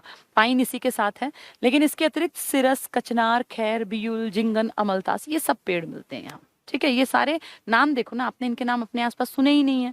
जो लोग सोनीपत वनीपत में रहते हैं या झज्जर में है या पानीपत में, कब सुना तुमने कि तुम्हारे आसपास कचनार का, खैर का, ये पेड़ कहाँ है? ये पहाड़ी इलाकों के पेड़ है। मतलब जो बच्चे अंबाला, यमुनानगर की बेल्ट में, उन्होंने सुने होंगे इनके नाम, बाकी आप लोगों ने तो किताब किताब में पढ़े होंगे। कालका और मोरनी, तो पंचकुला की बात कर रहे हैं। यहाँ जामुन है, बहेड़ा है, महुआ है, सब पाया जाता है। उपोष्ण कटिबंधीय पाइन वन, पाइन वन ये पंचकुला, अंबाला, यमुनानगर के क्षेत्र में मिलते हैं। 100 सेंटीमीटर बारिश होती है। खैर, सीसर, महुआ, बहेड़ा, पाइन और चीड़, ये सब मिलते हैं। ठीक है, प्रशासनिक वर्गीकरण वही जो हमारी सरकार ने कह रखा है, 3, आरक्षित, संरक्षित और अवर्गीकृत। तो आरक्षित में तो कोई घुस ही नहीं सकता, परमिशन के बाद भी नहीं। भारतीय वन सर्वेक्षण रिपोर्ट 17 के अनुसार राज्य में आरक्षित वन कितने हैं आपके? 15.9। ठीक है, भूमि कटाव, बाढ़ की रोकथाम, जलवायु, लकड़ी आपूर्ति की दृष्टि से इन्हें सुरक्षित वनों की श्रेणी में रखा गया। लकड़ी आपूर्ति कैसे? क्योंकि यहाँ पे अगर कोई काम करना है सरकार करेगी, आप नहीं कर सकते, मैं और तुम, हम जनता नहीं कर सकते। इन वनों में लकड़ी काटना और पशु चारण बंद है, निषिद्ध है। अगर ये किया तो तुम्हारे खिलाफ केस बनेगा फिर, तभी तो ये पर्यावरण के न्यायालय बना रखे हैं। इन वनों से अनेक मूल्यवान वन के उत्पाद प्राप्त किए जाते हैं, लेकिन उनपे किसका हक है? सरकार का। यहाँ कुछ भी है, लकड़ी, पेड़ गिर गया, किसी गांव के लोगों ने देखा पेड़ गिर गया तो ईंधन के काम आ जाएगा, लेकिन ले नहीं सकते अगर किस में है? आरक्षित में। ठीक है, सरकार बेशक कुछ करे। संरक्षित वन, भारतीय वन सर्वेक्षण रिपोर्ट 17 के अनुसार राज्य में संरक्षित वन राज्य के 74% वन क्षेत्र पर हैं। इनमें संरक्षण के साथ साथ उत्पादन के लिए विभिन्न गतिविधियां, बताया ना, परमिशन के साथ चलाई जाती हैं। इस क्षेत्र में लकड़ी काटना, पशु चारण ये करते हैं लोग, लेकिन परमिशन के साथ शुल्क देना पड़ता है। किंतु वनों को क्षति ना हो इसके लिए इनकी पर्याप्त देखरेख भी की जाती है। तो ऐसा नहीं कि खुलेआम वाले तो फिर अवर्गीकृत में है। 74% में परमिशन लेके गाय भैंस भी चरा सकते हैं, बकरियां भी ले जा सकते हैं। यहाँ पे आप जो है ये भी कर सकते हैं, पेड़, मतलब पेड़ नहीं लेकिन कोई कटा हुआ है, कोई फालतू की झाड़ी उग गई है, बारिश के मौसम में कितने सारे पौधे तो फालतू के होते हैं जो ईंधन के रूप में काम आ सकते हैं, तो उस तरह से आप परमिशन लेके कर सकते हैं। अवर्गीकृत में तो किसी को कुछ पता ही नहीं है। राज्य में अवर्गीकृत वन कुल वन क्षेत्र के 9.75% क्षेत्र में है। इस प्रकार के वनों में सरकार का कोई प्रतिबंध नहीं होता। इन वनों में लकड़ी काटना, पशु चारण, इनकी आजादी है, परंतु इस एवज में सरकार कुछ शुल्क प्राप्त करती है। हर जगह नहीं करती, ऐसा नहीं है कि हर जगह करे, पता भी नहीं चलता। लोग जो गाँव के आसपास के इलाके आप देखो ना, कितनी बार लोग जो है पेड़ पूड़ काट देते हैं, कहाँ उनकी गिनती होती है। हरियाणा की प्रमुख वन संरक्षण योजनाएं और कार्यक्रम जो मैंने सब बता दिया वो सब इसमें आएगा। सामुदायिकी वानिकी योजना, कम्युनिटी बेस्ड, जिसमें कि फॉरेस्ट के ऊपर काम करेंगे। ये योजना यूरोपीय संघ, बताया ना मैंने, यूरोपीय संघ की सहायता से 1998-99 सामुदायिक वानिकी हम पढ़ तो रहे थे, 88 98 ये और 99 में प्रारंभ की गई। 2006-07 में कंप्लीट भी हो गई। इसमें पैसा किसने लगाया था? यूरोपीय संघ, उसने हमें हेल्प की। इस योजना के अंतर्गत लगभग 27,000 हेक्टेयर भूमि पर पौधारोपण किया गया।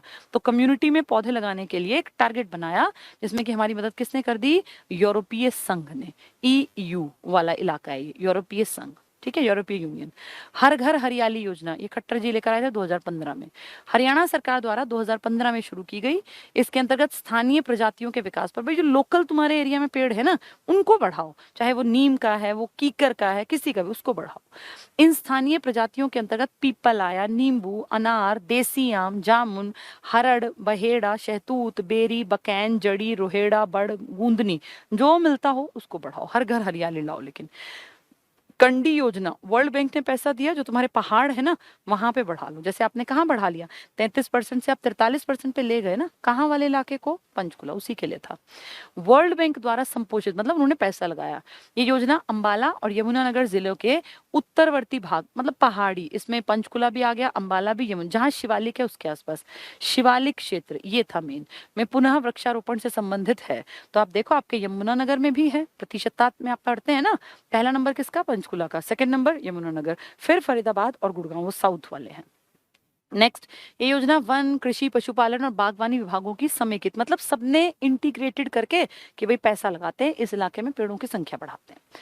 अरावली पर्वत श्रृंखला, अब अरावली में तो बिल्कुल ही नंगी चट्टाने हैं जिन पे पेड़ पौधे भी नहीं है, तो वहां कहा कि यार खाली ना पड़ा है, इन पे दोबारा कोशिश करो पेड़ों को लगाने की, तो उसके लिए पैसा निकाला। यूरोपीय आर्थिक समुदाय, इसने ये इसको पैसा दिया प्रोजेक्ट को, और ये अनावृत, अनावृत मतलब बिना भरी हुई, आवृत ढका हुआ, अनावृत जिसपे कोई पेड़ पौधा ना हो, तो अनावृत अरावली पहाड़ियों पर पुनः वृक्ष लगाने से, खाली पड़ा इलाका है ना, वहाँ खेती होनी ना, वहाँ घर बनने, पहाड़ियां हैं छोटी छोटी, तो वहां कोशिश करो कि पेड़ लग जाएं। तो वहां अगर लग गए तो प्रतिशतता तो बढ़ी गई हमारी, इस तरह। तभी तो फरीदाबाद में कितनी सारी पहाड़ियां अरावली की तो है, तभी तो नंबर 3 पे आ गया। ग्रीनिंग ऑफ हरियाणा, ये बहुत बड़ा प्रोजेक्ट था कि भाई गांव के बाहर पेड़ लगाओ और रेलवे ट्रैक्स के पास पेड़ लगाओ, जहां जहां बन पड़े वहां पेड़ लगाओ। ग्रीनिंग ऑफ हरियाणा कार्यक्रम के अंतर्गत राज्य में बड़े स्तर पर वृक्षारोपण कराया जा रहा है। नदियों, नहरों, सड़कों, रेल मार्गों के किनारे गांव के चारों ओर वृक्षों की पेटियां, मतलब बेल्ट बनाई गई, इनमें गिलोय लगा दिया, जो कि बहुत यूजफुल हैं। जैसे गांव के आसपास ही अगर ये चीजें हो तो आधे लोग तो बीमारी से बच सकते हैं।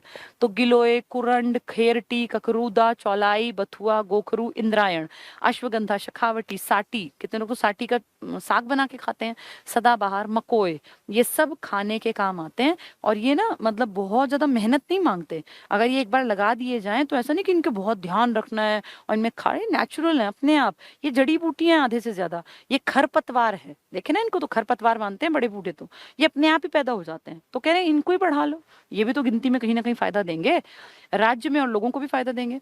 वनों में विभिन्न प्रकार की जड़ी बूटियां प्राप्त की जाती हैं, जिनका उपयोग स्वास्थ्य लाभ के लिए किया जाता है। तो कितनी अच्छी बात है कि आपके यहाँ पे फालतू में ऐसी चीजें पैदा होती हैं जो कि खाते ही आपको जड़ी बूटी की तरह शरीर को साफ करती हैं, रिफाइन करती हैं।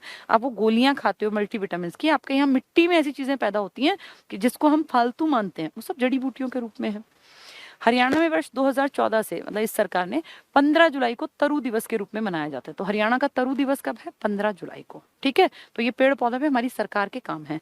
राज्य वन नीति 2014 में भी आई, लेकिन आप राज्य वन नीति कौन सी चला रहे हैं अभी? 2006, क्योंकि उसने कितना टारगेट सेट किया था? 20% का, भी आपने कवर नहीं किया वो। भारत के कुल क्षेत्रफल का सिर्फ 1.34, ये 31 को 34 कर लेना, ये थोड़ा टाइपिस्ट ने मिस्टेक कर दी, तो 1.34% आपके पास टोटल एरिया है। आप 1.5% जमीन पे नहीं बैठे भारत की पे, और आप प्रोडक्शन में खूब आगे हैं, तो बहुत अच्छी बात है। तो सिर्फ 1.34 है ये परसेंट हरियाणा का क्षेत्रफल है, और देश के मात्र कितने पर भाग पर वन है? तो तुम जो योगदान दे रहे हो 0.2, मतलब तुम कोई योगदान नहीं दे रहे बड़े स्तर पे, 0.2 है ना, तो आप आधे प्रतिशत के भी हकदार नहीं है। लेकिन ये ना भूलें कि इस 1.34 भूमि के साथ हम गेहूं का बड़ा प्रोडक्शन 12%, देश के टोटल का 12% आप अकेले मुहैया कराते हैं। तो देश की आबादी का पेट भरने में आप बहुत आगे हैं। उसको देखें तो लगता है कि ठीक है, क्या फर्क पड़ता है, वन कम है तो, लेकिन देश का पेट भी तो हम भर रहे हैं ना कहीं।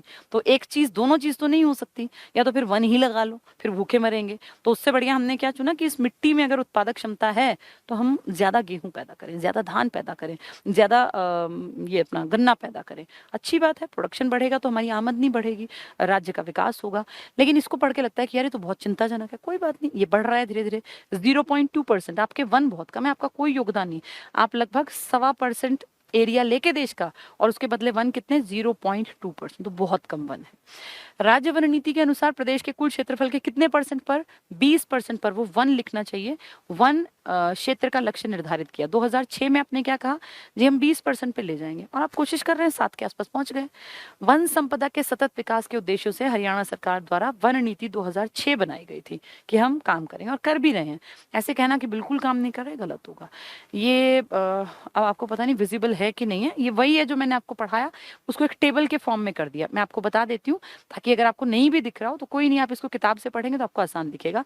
ये एरिया दे दिया, ये नाम दे दिया जिलों का, ये एरिया, फिर कहाँ सघन वन है, कहाँ कम सघन वन है, कहाँ खुले वन, कहाँ कुल वन, और प्रतिशतता। तो मैंने आपको सब कुछ जबानी बताया। प्रतिशतता सबसे ज्यादा है 43% आपके पंचकुला में, 10%, 10.9 आपके यमुनानगर में, 10.9 से थोड़ा सा कम, बहुत कम, मतलब बहुत ही कम है जो आपका नया उभरा है फरीदाबाद, और चौथा नंबर है 9 पॉइंट समथिंग का गुड़गांव का। तो ये ज्यादा वाले बता दिए। प्रतिशतता लास्ट लाइन की बात कर रही हूँ। अगर सबसे कम प्रतिशत कहें तो आपके फतेहाबाद में 0.71। ठीक है, तो देखो इसमें सारे नहीं याद करने होते। 10.8 फरीदाबाद का, फरीदाबाद किसको बीट कर गया? गुड़गांव को। ठीक है, इसके बाद देखो गुड़गांव का देख लो 9.3, तो वो कितना है? 10.8, ये 9.3 है। इसके बाद एक आपको देखना है इसमें 0.78 का जींद का, मैंने बताया ना सेकंड कम। 0.71 फतेहाबाद सबसे कम प्रतिशत लेके बैठा, फिर जींद 0.78। फिर इसके बाद आपका ज्यादा और कम की बात करेंगे, सारे कोई नहीं पूछने वाला। इसमें प्रतिशतता की बात करें तो देखो पंचकुला है 15वें नंबर पर 43%, 391 स्क्वायर किलोमीटर पूरा एरिया। ये टोटल एरिया लेके बैठा है, बहुत कम, मतलब टोटल को देखें तो कम इन द सेंस सबसे पहले ये कम था, फिर अपना ये जो पलवल बना, इसके बाद फिर फरीदाबाद कम हो गया, और फरीदाबाद जो है सबसे छोटों में आता है, लेकिन उसने ग्रोथ बहुत दिखाई है। तो उस हिसाब से देखें तो प्रतिशतता में सबसे नंबर 1 है पंचकुला 43%। 43 के बाद सेकेंड नंबर आता है लास्ट लाइन में यमुनानगर का 10.9। तो 10 पहले 43%, फिर 10.9, फिर 10.8, और फिर 9 पॉइंट समथिंग। तो 4 कौन कौन से हैं ये? पंचकुला, यमुनानगर, फरीदाबाद और गुड़गांव। सबसे कम के 2 प्रतिशतता में फतेहाबाद 0.71, और दूसरा क्या बताया? जींद 0.78। ठीक है, ये मेन काम का था। इसके अलावा इसमें 2-3 आंकड़े और हैं। अति सघन वन, क्या बहुत घने जंगल आपके यहाँ है? नहीं, हमारे यहाँ कहाँ घने जंगल हैं, लेकिन थोड़े बहुत घने जंगल आप मान लेते हैं कलेसर वालों को, तो आपके यमुनानगर में है, और थोड़ा बहुत इलाका आपका पंचकुला का है जो कवर्ड है। ठीक है, तो देखो 000 सिर्फ यहाँ 6 लिखा है, पंचकुला में ये है 43% में, इसका कारण है ना, और यमुनानगर में 22 लिखे हैं। तो कलेसर के कारण आपके घने वन यमुनानगर में है और पंचकुला में है, क्योंकि 43% में तो आपका पंचकुला आना ही आना था। इसके बाद एक लाइन इसमें और काम की है, जो ये कुल वन क्षेत्र दिखाती है, सबसे ज्यादा वन क्षेत्र। तो इसमें पंचकुला सबसे ज्यादा दिखाता है 391, याद रखना, जो हम पहले सारा पढ़ के आए, ये कुछ अलग नहीं है। दूसरा यमुनानगर दिखाता है 194। ठीक है। तो कम में अगर बात करेंगे तो देखो 14 वाला ये रहा, सबसे कम वन क्षेत्र है आपके पलवल का। फिर इसके नीचे है पानीपत 16 वाला। तो सबसे ज्यादा अगर कहें प्रतिशतता में अगर याद करना है तो पंचकुला ज्यादा में, पंचकुला, यमुनानगर, फरीदाबाद, गुड़गांव। कम की बात करें तो फतेहाबाद और जींद 0.71, 0.78। अगर वो कहें एरिया बताओ तो आप कहोगे नंबर 1 पंचकुला है। सबसे कम अगर पूछें नंबर 1 पे तो आप कहोगे पलवल है। कितना है पलवल का? 14। पानीपत का 16। ठीक है। तो इसको 2-3 बार अगर आप पढ़ोगे ना तो ये बहुत आसान है टेबल, फिर टफ नहीं है, एक आइडिया हो जाएगा। ये हमने आज टॉपिक कर लिया इसका मेजर सा हिस्सा, वन्य जीव संरक्षण। जो रह गया इसको और पढ़ाती हूँ, फिर कल करा दूंगी जो भी टॉपिक इसका आधा बचेगा। 2 पार्ट्स में ये टॉपिक। पर्यावरण संबंधी मामलों को निपटाने के लिए कहाँ कहाँ आपके कोर्ट हैं? फरीदाबाद और कुरुक्षेत्र में 2 पर्यावरण न्यायालय हैं। देखो जैसे क्लास में ना, अब ये सिलेबस हमारा धीरे क्यों चल पाता है, क्योंकि मैं एक बात को आपको कई कई बार बताती हूँ। अब जैसे ये सब पॉइंट्स मैंने पहले आपको आधा घंटा क्लियर किए, अगर मैं उस आधे घंटे के बाद इसको ना पढ़ाऊं तो मैं आज ही इस टॉपिक को कंप्लीट करा दूं। ये जो हम ज्यादा टाइम लेते हैं ना, इसका कारण क्या है? पहले एक बार कॉन्सेप्ट को मुझे समझाना पड़ता है सारा, फिर उसको शब्दशः एक एक लाइन पढ़ानी पड़ती है ताकि तुम्हें वो लंबे टाइम तक याद रहे। नहीं तो मैं क्या कर सकती हूँ, मैं इसको लगवाऊं ही ना फाइल को, मैं सिर्फ आके ये बातें बता दूं, आधे घंटे में क्लास पूरी, और 1 घंटे में तो 2 टॉपिक पूरे। लेकिन उन 2 टॉपिक्स में से तुम्हारे पल्ले नहीं पड़ेगा कुछ भी। तो ये जो टाइम ज्यादा लग रहा है ना, इसका कारण है। नहीं तो खत्म करने को तो किताब 30 दिन की किताब है, कर दो खत्म। सिर्फ मैं आके 1 दिन में वन्य जीव आज अभ्यारण्य भी करा दूं, नेशनल पार्क मैंने साथ साथ बोल दिए, मेरे लिए 10 मिनट का काम है। लेकिन मुझे पता है कि ये टॉपिक मैं अगर 2 दिन में कराऊंगी तो ये लंबे टाइम तक याद रहेगा। कारण पहले सुन लिया, समझ लिया, फिर किताब से एक एक शब्द पढ़ लिया। इसमें मार्क्स नहीं कटेंगे। जैसे कुछ भी पढ़ो, कम पढ़ो, लेकिन पढ़ना ऐसा कि उस टॉपिक से तुम्हारा एक भी नंबर ना कटे। ऐसा ना हो सब कुछ पढ़ लिया और वहां एक भी टॉपिक तुम्हें क्लियर ना मिले, फिर तुम फंसोगे। तो इसलिए इसमें ना मेहनत ज्यादा लगती है, मेरी भी, लेकिन तुम्हारी समझ ज्यादा अच्छी बनती है। एक चीज को तुमने पर्यावरण न्यायालय आज आज में कम से कम मैंने 4-5 बार बोल दिया। अगर मैं सिर्फ इसको एक बार बोल देती तो मेरा तो काम निपट गया था, मुझे क्या करना है। लेकिन मुझे पता है कि तुम बार बार भूलोगे, तुम आधे उसमें हिसार टिक करोगे, क्योंकि पहले हम लोग इसको हिसार याद करते थे, लेकिन जब ये पेपर में आया तो फिर इसको डिटेल देखा तो हिसार वाला नहीं मानते। वो हिसार सिर्फ कागजी फाइल में था, बना नहीं था, बना था वो कुरुक्षेत्र में। और अगर वो पूछ लें इसका कैंप कोड तो हमें याद हो करनाल में। ये जो मैं 5-10 बार एक चीज को रिपीट करती हूँ ना, ये टाइम कंज्यूमिंग प्रोसेस होता है। इसमें सिलेबस स्लो चलेगा, लेकिन जब भी पूरा होगा उस टाइम तुम्हें ये कंफर्म होगा कि अब मेरे मार्क्स आ जाएंगे। हमें भाग दौड़ के, मेरा टारगेट बिल्कुल नहीं है कि मैं टाइम पास करा के और 1 दिन में बस मुझे निपटाना है। ये फाइल हो सकता है 3 दिन पकड़ ले, लेकिन 3 दिन बाद अगर तुमसे कोई नेशनल पार्क पूछेगा, कोई तुमसे वन्य जीव अभ्यारण्य पूछेगा, वृक्षाच्छादन के ऊपर, वन के ऊपर कोई भी क्वेश्चन करेगा, तो तुम पीछे नहीं हटोगे। और हमारा टारगेट यही होता है। हम कभी ये कह के पढ़ाते नहीं कि फॉर्मेलिटी 2 महीने 3 महीने पूरा, हम क्या कहते हैं, साल लगाना पड़ेगा अपने ऊपर, इसीलिए इसको टाइम लग रहा है। नहीं तो ये टॉपिक मुझे कराने में घंटा मेरे लिए तो बहुत ज्यादा था, मुझे तो आधे घंटे में सब कुछ क्लियर कर देना था।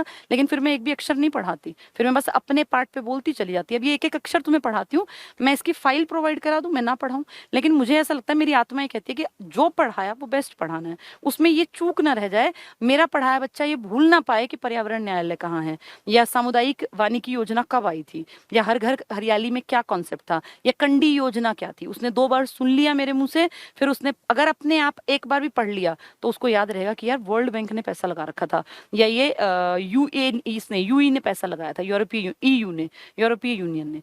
ये बहुत जरूरी है, इसलिए टाइम लगता है। तभी कहा जाता है कि बहुत जल्दी भागने वाला काम नहीं करना, और जिसको वो करना है उनके लिए बहुत सारे ऑप्शंस हैं। ये जो यूट्यूब है ना, ये ज्ञान का महासागर है, लेकिन चीजें याद नहीं रहती। याद रखने के लिए टीचर की मेहनत लगती है, स्टूडेंट की मेहनत लगती है। ठीक है, इसलिए हम 1000 बार, अब मैं कितनी बार बोल चुकी है, अब ये याद हो जाना चाहिए कि फरीदाबाद और कुरुक्षेत्र। अब गलती का कोई चांस ना हो। कैंप कोर्ट कहाँ है? करनाल में। अब कोई हिसार टिक नहीं करेगा अगर वो ध्यान से सुन रहे तो। वन्य जीव संरक्षण, हरियाणा में प्राकृतिक वनों की कमी है, पर जलवायु विविधता के कारण यहाँ वन्य जीव हैं, विशेष रूप से स्थानीय और प्रवासी पक्षियों की प्रजाति हेतु प्राकृतिक आवास के रूप में उपयुक्त है। भारत में पाई जाती हैं 1250 प्रजातियां पक्षियों की, जिनमें से 500 आपके राज्य में। और ये तब है जब हम कहते हैं जी हम तो वन ज्यादा है ही नहीं हमारे यहाँ, हम तो 0.2% का योगदान दे रहे हैं, तब आपके यहाँ पूरे देश की 1250 में से 500 प्रजातियां पाई जाती हैं। 2 आपके नेशनल पार्क हैं, एक सुल्तानपुर वाला, एक कलेसर वाला। नेशनल पार्क कलेसर वाला बड़ा है। आपके यहाँ 8 वाइल्ड लाइफ सेंचुरी हैं, जिनमें सबसे बड़ी आपके सिरसा की अबूब शहर वाली है, और सबसे छोटी आपकी कुरुक्षेत्र की छिलछिला है। ठीक है। कलेसर नेशनल पार्क बड़ा है, कलेसर वाइल्ड लाइफ सेंचुरी सबसे बड़ी नहीं है, बड़ी है लेकिन सबसे बड़ी नहीं है, क्योंकि वहां 11,000 कुछ है इसमें एकड़ में, और वहां 29,000 है, तो जमीन आसमान का फर्क है। ठीक है। क्या कहते हैं अब ये, भारत में पाई जाने वाली पक्षियों की लगभग 1250 प्रजातियां हैं, जिनमें से 500 प्रजातियां हरियाणा में पाई जाती हैं। वन्य जीवों को उनके प्राकृतिक आवास उपलब्ध कराने के लिए राज्य में 2 नेशनल पार्क है, दोनों आपको बता दिए मैंने। 8 वन्य जीव अभ्यारण्य हैं जो पढ़ेंगे, वन्य जीव वाइल्ड लाइफ सेंचुरी, जहाँ की स्ट्रिक्ट, बहुत स्ट्रिक्ट रूल्स नहीं होते, होते हैं लेकिन इतने नहीं जितने नेशनल पार्क। नेशनल पार्क में तो एंट्री पे भी एक बैरियर होता है, आपको वहां पेमेंट करनी पड़ती है, थोड़ी सी टिकट लगती है, तब आप अंदर घूमने जा सकते हैं। वहां से आप कुछ भी ला नहीं सकते, कोई लकड़ी भी टूटी पड़ी है ना तो आपको वो उठानी, मतलब लॉ के अंडर वो आप गलत कर रहे हैं। तो 2 नेशनल पार्क, 8 वन्य जीव अभ्यारण्य और 2 आरक्षित क्षेत्रों की स्थापना की गई है। ठीक है। आपके यहाँ पूरे इंडिया में, आपके यानी पूरे इंडिया, पूरे वर्ल्ड में इनफैक्ट 2 तरीके से जानवरों की केयर करते हैं। पहली केयर कैसे करते हैं कि जानवर जहां रहना पसंद कर रहा है उस एरिया को सेफ कर दो, वहां कोई बाहर का आदमी ना आए और कोई शिकार ना करे, कोई वहां आके उनको डिस्टर्ब ना करे। अगर कोई घूमने आए तो घूम ले, लेकिन उनको डिस्टर्ब ना करे, मतलब वो जहां रह रहे हैं ना वहां उनको रहने दो, उनका जीवन उनके हिसाब से जीने दो। एक होता है कि आप देख रहे हैं यार एनवायरनमेंट इस तरह का हो रहा है और जानवर जो है मरते जा रहे हैं, तो आप क्या करते हैं, उनको उठा लाते हैं, आप उनको जू में रख देते हैं लोगों को देखने के लिए, या आप डेवलप कर देते हैं, कहीं ब्रीडिंग सेंटर्स हैं जहाँ की उनका प्रजनन केंद्र डेवलप कर दिया आपने। तो जहाँ आपने हैचरी जो है तो ना फिश पॉन्ड, एक तो होता है प्राकृतिक मछलियां, भाई नदी में नाले में कहीं भी हो जाती हैं, गांव में जो जोहड़ होता है उसमें भी, लेकिन एक होता है कि हम डेवलप करेंगे, हमने एक एरिया पूरा खोदा, देखा होगा ना आपने आजकल गाँव में कहाँ कहाँ लोग जो अपने खेतों में से मिट्टी उठवा देते हैं और फिर उसको गहरा करके उसमें पानी भर देते हैं, वो जाल सा लगा देते हैं ताकि पक्षी जो है वो लोग ना आए मछली खाने, उसमें मछलियों के बीज मतलब मछली, बहुत छोटी मछली, फिर मछलियां हो जाती है। मत्स्य पालन पर लगातार हमारी सरकार काम कर रही है और बहुत बढ़िया बिजनेस है, क्योंकि ना हजारों रुपए किलो बिकती है मछलियां, डिपेंड करता है क्वालिटी क्या है, तो उसके लिए सरकार बहुत सारे काम कर रही है। तो उसी की बात कर रहे हैं ये, कि एक होता है जिसमें नेचुरल कंडीशंस में आप उस कंडीशन को सेफ बनाते हैं, और एक होता है जिसमें आप पक्षी को, जानवर को उठा के उसकी नेचुरल हैबिटेट में से और अपने यहाँ डेवलप कर लेते हैं एक ऐसा मतलब एनवायरनमेंट। तो जो नेशनल पार्क है ना, ये उनके प्राकृतिक आवास हैं। आपने सिर्फ कह दिया भाई इस एरिया में कोई बाहर का आदमी नहीं घुसेगा, उसमें वो पहले से रहते थे, अब भी रह रहे हैं। लेकिन जितने जू हैं, जितने बोटेनिकल गार्डन्स हैं, या जितने जो ये है ना आपके हैचरी वगैरह, फिश पॉन्ड जहाँ वो मछलियाँ पालते हैं, ये सब आपने अपने बेसिस पे डेवलप किए और आप जंगल से उठा के जानवरों को वहां ले आए, फिर आप वहाँ ब्रीडिंग सेंटर बना रहे हैं ताकि उनकी जनसंख्या बढ़े, वो अपने आप नेचुरल कंडीशन में खत्म हो रहे। तो 2 तरह के हैं, जहां पे वो थे उसको आपने सेव किया तो वो कहलाता है इन सिटू। देखो वही बता रहे हैं, ये पौधे और वन्य जीव संरक्षण के 2 टॉपिक हैं, ये बहुत इंपॉर्टेंट है। प्राकृतिक आवास में संरक्षण, जहां वो हैं हमने वहीं सेव कर दिए, मतलब हमने कुछ नहीं किया, हमने उस एरिया को ब्लॉक कर दिया, भाई बाहर से कोई ना आए, ये जैसे रहते हैं इनको रहने दो, तो वो कहलाता है प्राकृतिक आवास, हमने संरक्षण दे दिया in situ. Example wildlife sanctuary है, नेशनल पार्क्स हैं, ये सब हमने उनकी सेफ्टी के लिए किया। दूसरा प्राकृतिक आवास के बाहर संरक्षण, बाहर एक्स सिटू, आप उठा के जंगल से और कहीं ले गए, क्योंकि वहां उनकी जनसंख्या लगातार घट रही थी, महामारी फैल रही थी।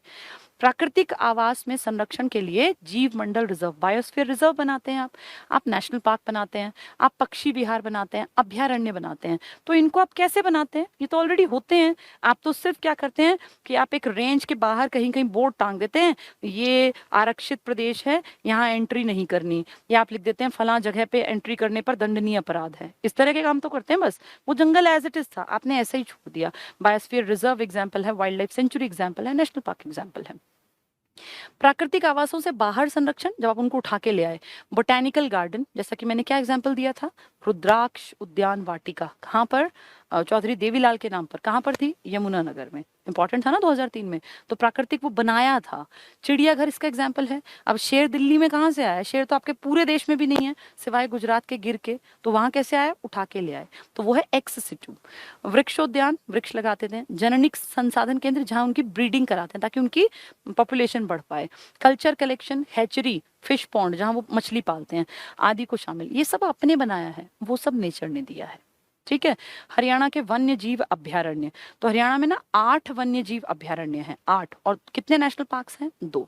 चलिए फटाफट देखते हैं वन्य जीव अभ्यारण्य। पहला भिंडावास, भिंडावास आपके झज्जर में है, सुंदर झील के लिए प्रसिद्ध है, और ये और कापड़वास या खप्परवास या कापरवास कुछ भी कह लीजिए, इनमें 1.5 किलोमीटर का अंतर है, दोनों पड़ते हैं आपके झज्जर में। वेटलैंड है ये, मतलब यहाँ पे गीला टाइप का एरिया पड़ा रहता है, कोई बहुत अच्छी खेती नहीं हो पाती, इसलिए इसको सेव कर दिया। तो भिंडावास वन्य जीव अभ्यारण्य है झज्जर में। भारत सरकार ने 2009 को पक्षी अभ्यारण्य के रूप में स्थापित कर दिया। तो हरियाणा सरकार ने, भारत सरकार ने देखा कि ठीक है भैया ये इलाका अच्छा है, पक्षी अभ्यारण्य बना दो, कारण यहाँ वैसे भी खेती नहीं हो सकती थी।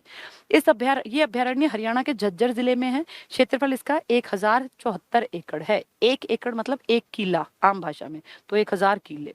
ठीक है। पक्षियों की लगभग 250। आपके देश में कितनी है? 1250। आपके हरियाणा में कितनी है? 500। तो 1250 पूरे देश में, 500 आपके हरियाणा, और आपके हरियाणा की आधी मिलती है आपके भिंडावास में। ठीक है।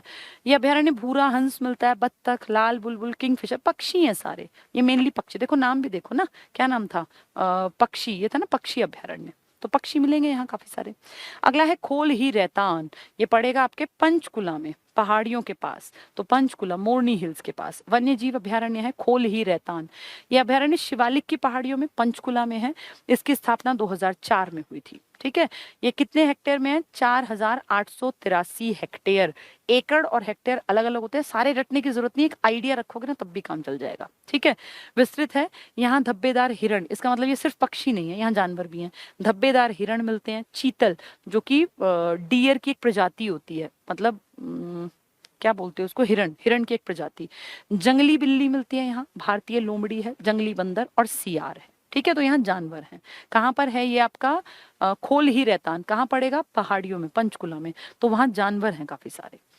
अगला आ गया खापड़वास। यही कापरवास बन जाता है, झज्जर वाला ही। तो वन्य जीव अभ्यारण्य झज्जर में है खप्परवास। झज्जर जिले में स्थापित विभिन्न प्रकार के प्रवासी पक्षी, झज्जर में पक्षी थे, जो पहला पढ़ा भिंडावास, वहां भी पक्षी थे ना, 500 में से कितने? 250। तो यहाँ भी पक्षी हैं। इस अभ्यारण्य को 1991 में अधिसूचित किया गया, लगभग 204 एकड़ में है। तो बड़ा कौन सा हुआ? भिंडावास बड़ा है। सुंदर झील कहाँ है? भिंडावास में। ज्यादा पक्षियों की प्रजाति कहाँ है? भिंडावास में। लेकिन कापड़वास या खप्परवास या खापड़वास भी याद करना, ये भी यहीं पर है। पर्यावरण और प्रदूषण के दृष्टिकोण से ये संवेदनशील क्षेत्र है, यानी यहाँ पे थोड़ा एक सेफ्टी के पॉइंट ऑफ व्यू से काम करना पड़ा। कलेसर, मैंने बताया आपको, नेशनल पार्क, बहुत बड़ा हिस्सा नेशनल पार्क और एक बड़ा हिस्सा वाइल्ड लाइफ सेंचुरी। क्या अंतर? नेशनल पार्क में ना पेड़ काटना, ना विदाउट परमिशन एंट्री करना, ना गाय भैंस चरानी। लेकिन जो वन्य जीव अभ्यारण्य है, यहाँ परमिशन के साथ पेड़ भी काट सकते हैं, परमिशन के साथ। भाई पेड़ टूटा पड़ा है, लकड़ियां ले जाओ, गाय भैंस भी चरा सकते हैं, परमिशन के साथ गतिविधियां कर सकते हैं। तो ये वो है जहाँ गतिविधि पॉसिबल है, यमुनानगर में। ये हरियाणा का सबसे बड़ा अभ्यारण्य है, नहीं है, इसका जो पार्ट नेशनल पार्क है ना, वो सबसे बड़ा है। अब ये टाइपिस्ट ने दोनों में लिख दिया, ये एक्चुअली अगर पूछें, नेशनल पार्क तो 2 हैं, उनमें बड़ा है कलेसर, लेकिन वाइल्ड लाइफ सेंचुरी जो है आपके यहाँ, वो आपके यहाँ 8 है, और उसमें अबूब शहर सबसे बड़ी है। कहाँ? सिरसा में। बहुत अंतर है, ये 11,000 कुछ में है, वो 29,000 में है, तो बहुत जमीन आसमान का अंतर। तो ये सबसे बड़ा नहीं है, लेकिन बड़ा है, ये काफी बड़ा है, क्योंकि ये 11 में है, वो 29 में। इसकी स्थापना 2003 में यमुनानगर जिले में की गई थी। साल जैसे ही कलेसर मिले, साल टिक कर देना। कलेसर को कलेसर क्यों कहते हैं? क्योंकि यहाँ पे कालेश्वर महादेव मठ है, तो कालेश्वर से बिगड़ के ये कलेसर बना है। ठीक है। यहाँ साल वृक्षों की बहुलता है, सिंदूर का पेड़ भी यहीं पर है। क्षेत्रफल 11,570 एकड़ में, वो 29,000 में। कौन सा? अबूब शहर सिरसा वाला, और ये 11,000। तो बहुत अंतर है, लेकिन ये बड़ों में ये भी है। यहाँ चीतल, अब इतना जंगल है तो पक्षियों के लिए नहीं है, यहाँ सब कुछ है। पक्षियों के कौन से थे? खापरवास या खप्परवास या कापड़वास और भिंडावास। भिंडावास में से 250 पक्षी थे ना, संवेदनशील कौन सा था? ये कापड़वास। तो चीतल मतलब वही टाइप ऑफ डियर मान लीजिए, भौंकने वाला हिरण, सांभर, ये भी हिरण की प्रजाति, नील गाय, ये जानवर मिलते हैं क्योंकि जंगल है। इस अभ्यारण्य को भी संवेदनशील क्षेत्र घोषित किया गया। नाहर आपके रेवाड़ी में है, नाहर, और इसमें काला हिरण मिलेगा, जो कि आपका स्टेट मैमल भी है। ये वन्य जीव अभ्यारण्य रेवाड़ी जिले में है। इसकी स्थापना 1987 को हुई, और इसी साल 1987 में ही आपकी मुरथल में एक कॉलेज की स्थापना हुई थी। हरियाणा का इंजीनियरिंग कॉलेज बना था छोटू राम के नाम पर, आज जिसका नाम है D CRUST University. D CRUST मतलब Deen Bandhu Chhotu Ram University of Science and Technology. तो डी क्रस्ट यूनिवर्सिटी 1987 में एक कॉलेज था, अब वो यूनिवर्सिटी है। उसी साल आपके यहाँ रेवाड़ी में नाहर बना। क्षेत्रफल 211 हेक्टेयर है।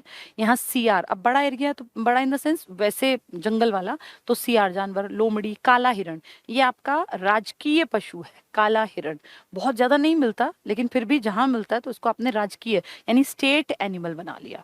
तो काला हिरण आदि पाए जाते हैं, ठीक है। इसको ब्लैक बक भी बोलते हैं, इसको ब्लैक फ्रैंकोलिन भी बोलते हैं। 2009 में इसको पर्यावरण की दृष्टि से संवेदनशील बता दिया, भाई इसकी थोड़ी केयर ज्यादा करो। छिलछिला आपके कुरुक्षेत्र में है, सबसे छोटा है, 71 एकड़ में फैला, तो सबसे छोटा, और सबसे बड़ा 29,000 वाला अबूब शहर सिरसा। तो छिलछिला वन्य जीव ये कुरुक्षेत्र में है, ये 29 हेक्टेयर में विस्तृत है। ये एकड़ पूछे तो 71 और वैसे पूछे हेक्टेयर तो 29, ठीक है। शीतकालीन पक्षियों को आकर्षित करता है, यानी ये पक्षियों के लिए मेन है कुरुक्षेत्र वाला। तो यहाँ देखो पक्षी मिलेंगे, बत्तख, बगुले, इंडियन ग्रे हॉर्नबिल पक्षी का नाम है, ये पाए जाते हैं। सबसे छोटा अभ्यारण्य है क्योंकि 71 एकड़ में और 29 हेक्टेयर, एक ही बात है, दोनों में से कुछ भी आ जाए उतने में ये फैला। तो सबसे छोटा। सबसे बड़ा नेशनल पार्क, 2 ही नेशनल पार्क है, कलेसर, लेकिन सबसे बड़ा वन्य जीव अभ्यारण्य अबूब शहर सिरसा वाला। और सबसे छोटा आपका अभ्यारण्य तो आप कहेंगे ये कौन से वाला, छिलछिला कुरुक्षेत्र वाला। नेक्स्ट है बीर शिकारगढ़, ये भी आपके मोरनी हिल्स के आसपास पड़ेगा। 1975 में स्थापित, हरियाणा के पंचकुला जिले में है, 767 हेक्टेयर में विस्तृत। यहाँ सांभर, अब यहाँ जानवर है, सांभर, चीतल, नीलगाय ये पाए जाते हैं। अबूब शहर लास्ट सबसे बड़ा, सिरसा का अबूब शहर, हरियाणा के सिरसा जिले में अवस्थित इस अभ्यारण्य का क्षेत्रफल 11,530 हेक्टेयर है। और अगर ये पूछे कितने एकड़ तो आप कहोगे 29,000 एकड़ में। वो कितने में था, 11,500 कुछ एकड़ में। तो बहुत अंतर हो गया ना, ये 11,000 हेक्टेयर में बता रहे हैं, वो 11,000 एकड़ में था, तो बहुत ज्यादा अंतर। वो 5,000 कुछ एकड़ में उसमें है, हेक्टेयर में। ये देखने में एक जैसे लगते हैं लेकिन दोनों अलग हैं, इसको कान खोल के ध्यान से समझना। अगर पूछें सबसे बड़ा नेशनल पार्क तो आप कहोगे कलेसर, वो कहेंगे सबसे बड़ा आपका वन्य जीव अभ्यारण्य तो आप कहोगे अबूब शहर। कितना बड़ा है, 29,000 एकड़ में। और आपका कलेसर वाइल्ड लाइफ सेंचुरी कितने में है, 11,000 कुछ एकड़ में, ठीक है। हेक्टेयर कितने बने, 5,000 कुछ, इसके हेक्टेयर 11,000, तो बहुत अंतर है दोनों में। इस अभ्यारण्य के प्रमुख जीव क्या हैं, तो बंदर, लंगूर, छोटी चिड़िया अभ्यारण्य के। लेकिन नेशनल पार्क में कई सारी चीजें थी। राष्ट्रीय उद्यान देखो आ गया, 2 ही राष्ट्रीय उद्यान है, एक तो कलेसर। तो कलेसर पूरी एक बेल्ट है साल के पेड़ों की, उसका एक हिस्सा है नेशनल पार्क जहाँ घुसना नहीं है बिना परमिशन, एक हिस्सा है वाइल्ड लाइफ सेंचुरी जहाँ लोग घुसते हैं, पेड़ भी काट लाते हैं, जंगल में जानवर भी चढ़ते हैं उनके। कलेसर राष्ट्रीय उद्यान यमुनानगर में अवस्थित है। 2003 में इसको नेशनल पार्क बनाया गया। फिर इसका नाम कलेसर क्यों है, कालेश्वर महादेव मठ के कारण। क्षेत्रफल इसका देखो लगभग 5,000 हेक्टेयर के आसपास है। प्रमुख आकर्षण है साल के पेड़, जो मैंने आपको बता दिया, सिंदूर और साल, ठीक है। तेंदुए मिलते हैं, अब देखो जंगल भारी होगा तभी तेंदुआ रहेगा ना भाई, शेर की प्रजाति का ही तो है लेपर्ड।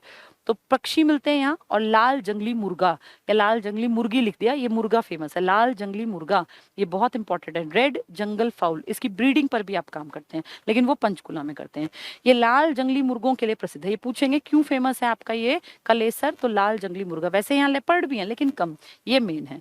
ये दिसंबर 2003 में नेशनल पार्क बना। पहले वो पूरी बेल्ट कहलाती थी वाइल्ड लाइफ सेंचुरी, फिर उसका एक हिस्सा जहाँ बाघ थोड़े, ये मतलब लेपर्ड देखे गए, थोड़े से हाथी देखे गए, तो कहा भाई इसको नेशनल पार्क बना दो। इस रेंज में थोड़े बहुत जानवर वैसे हैं कि लोग उनकी हंटिंग ना कर दें, चोट ना पहुंचा दे, तो जहां थोड़े बहुत घूमते दिखाई दिए इक्के दुक्के, उसको नेशनल पार्क बना दिया, बाकी सारा वाइल्ड लाइफ में है, ठीक है। तो 2003 में राष्ट्रीय पार्क।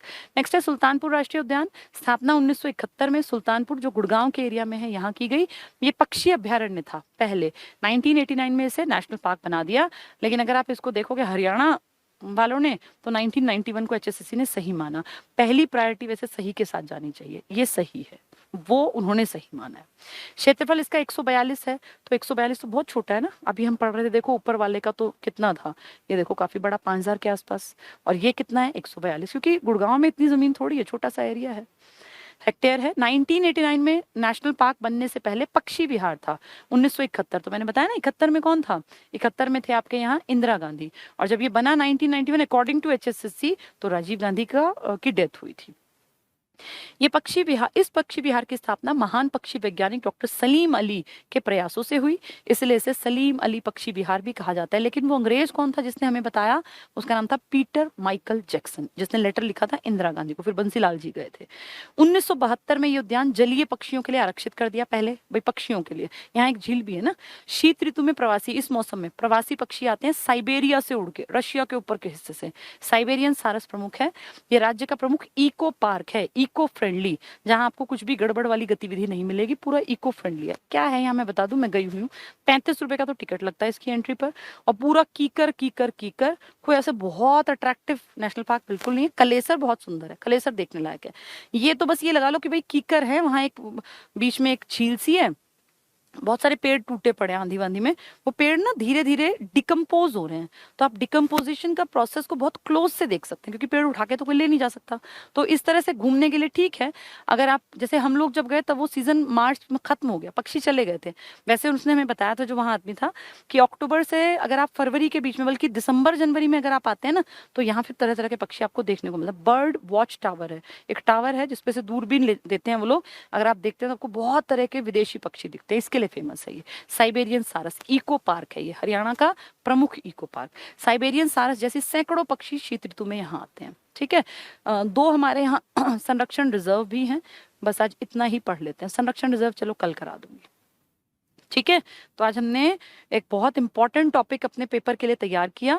अब तुम्हारी जिम्मेदारी है किताब उठा के और इसको 2-4 बार पढ़ना, मेन मेन को अंडरलाइन करना, सन पढ़ लेना, कितना एरिया, एक आइडिया रखना कि भाई इतना एरिया लगभग इसके पास है। सबसे छोटा तो याद करना पड़ता है, सबसे बड़ा भी याद करना पड़ा है। नेशनल पार्क कौन से हैं, दोनों फेमस हैं, दोनों के हेक्टेयर एकड़ देख लेना कितने कितने दे रखे। ठीक है, तो आज इतना ही पढ़ते हैं। अभी एक टीचिंग वाली लड़कियों के लिए क्लास में लूंगी, अभी तुरंत 5-10 मिनट में, जितने में वो टेक्निकल टीम अपना काम करेगी उतने में। और टीचिंग वाली लड़कियों को अब मैं 2-3 देखती हूँ, जब तक पॉसिबल होगा तो मैं उनको कुछ इंपॉर्टेंट थ्योरीज करा दूंगी, जिसके आने के पेपर में 100% चांसेस रहेंगे। पता नहीं मुझे आएंगे कि नहीं आएंगी, लेकिन मुझे लगता है वो लास्ट में पढ़ लेनी चाहिए। तो अब मैं 3-4 दिन ना थोड़ा इंपॉर्टेंट सारी चीज़ों को रिवाइज करा दूंगी। चलिए आज के लिए इतना ही, थैंक यू।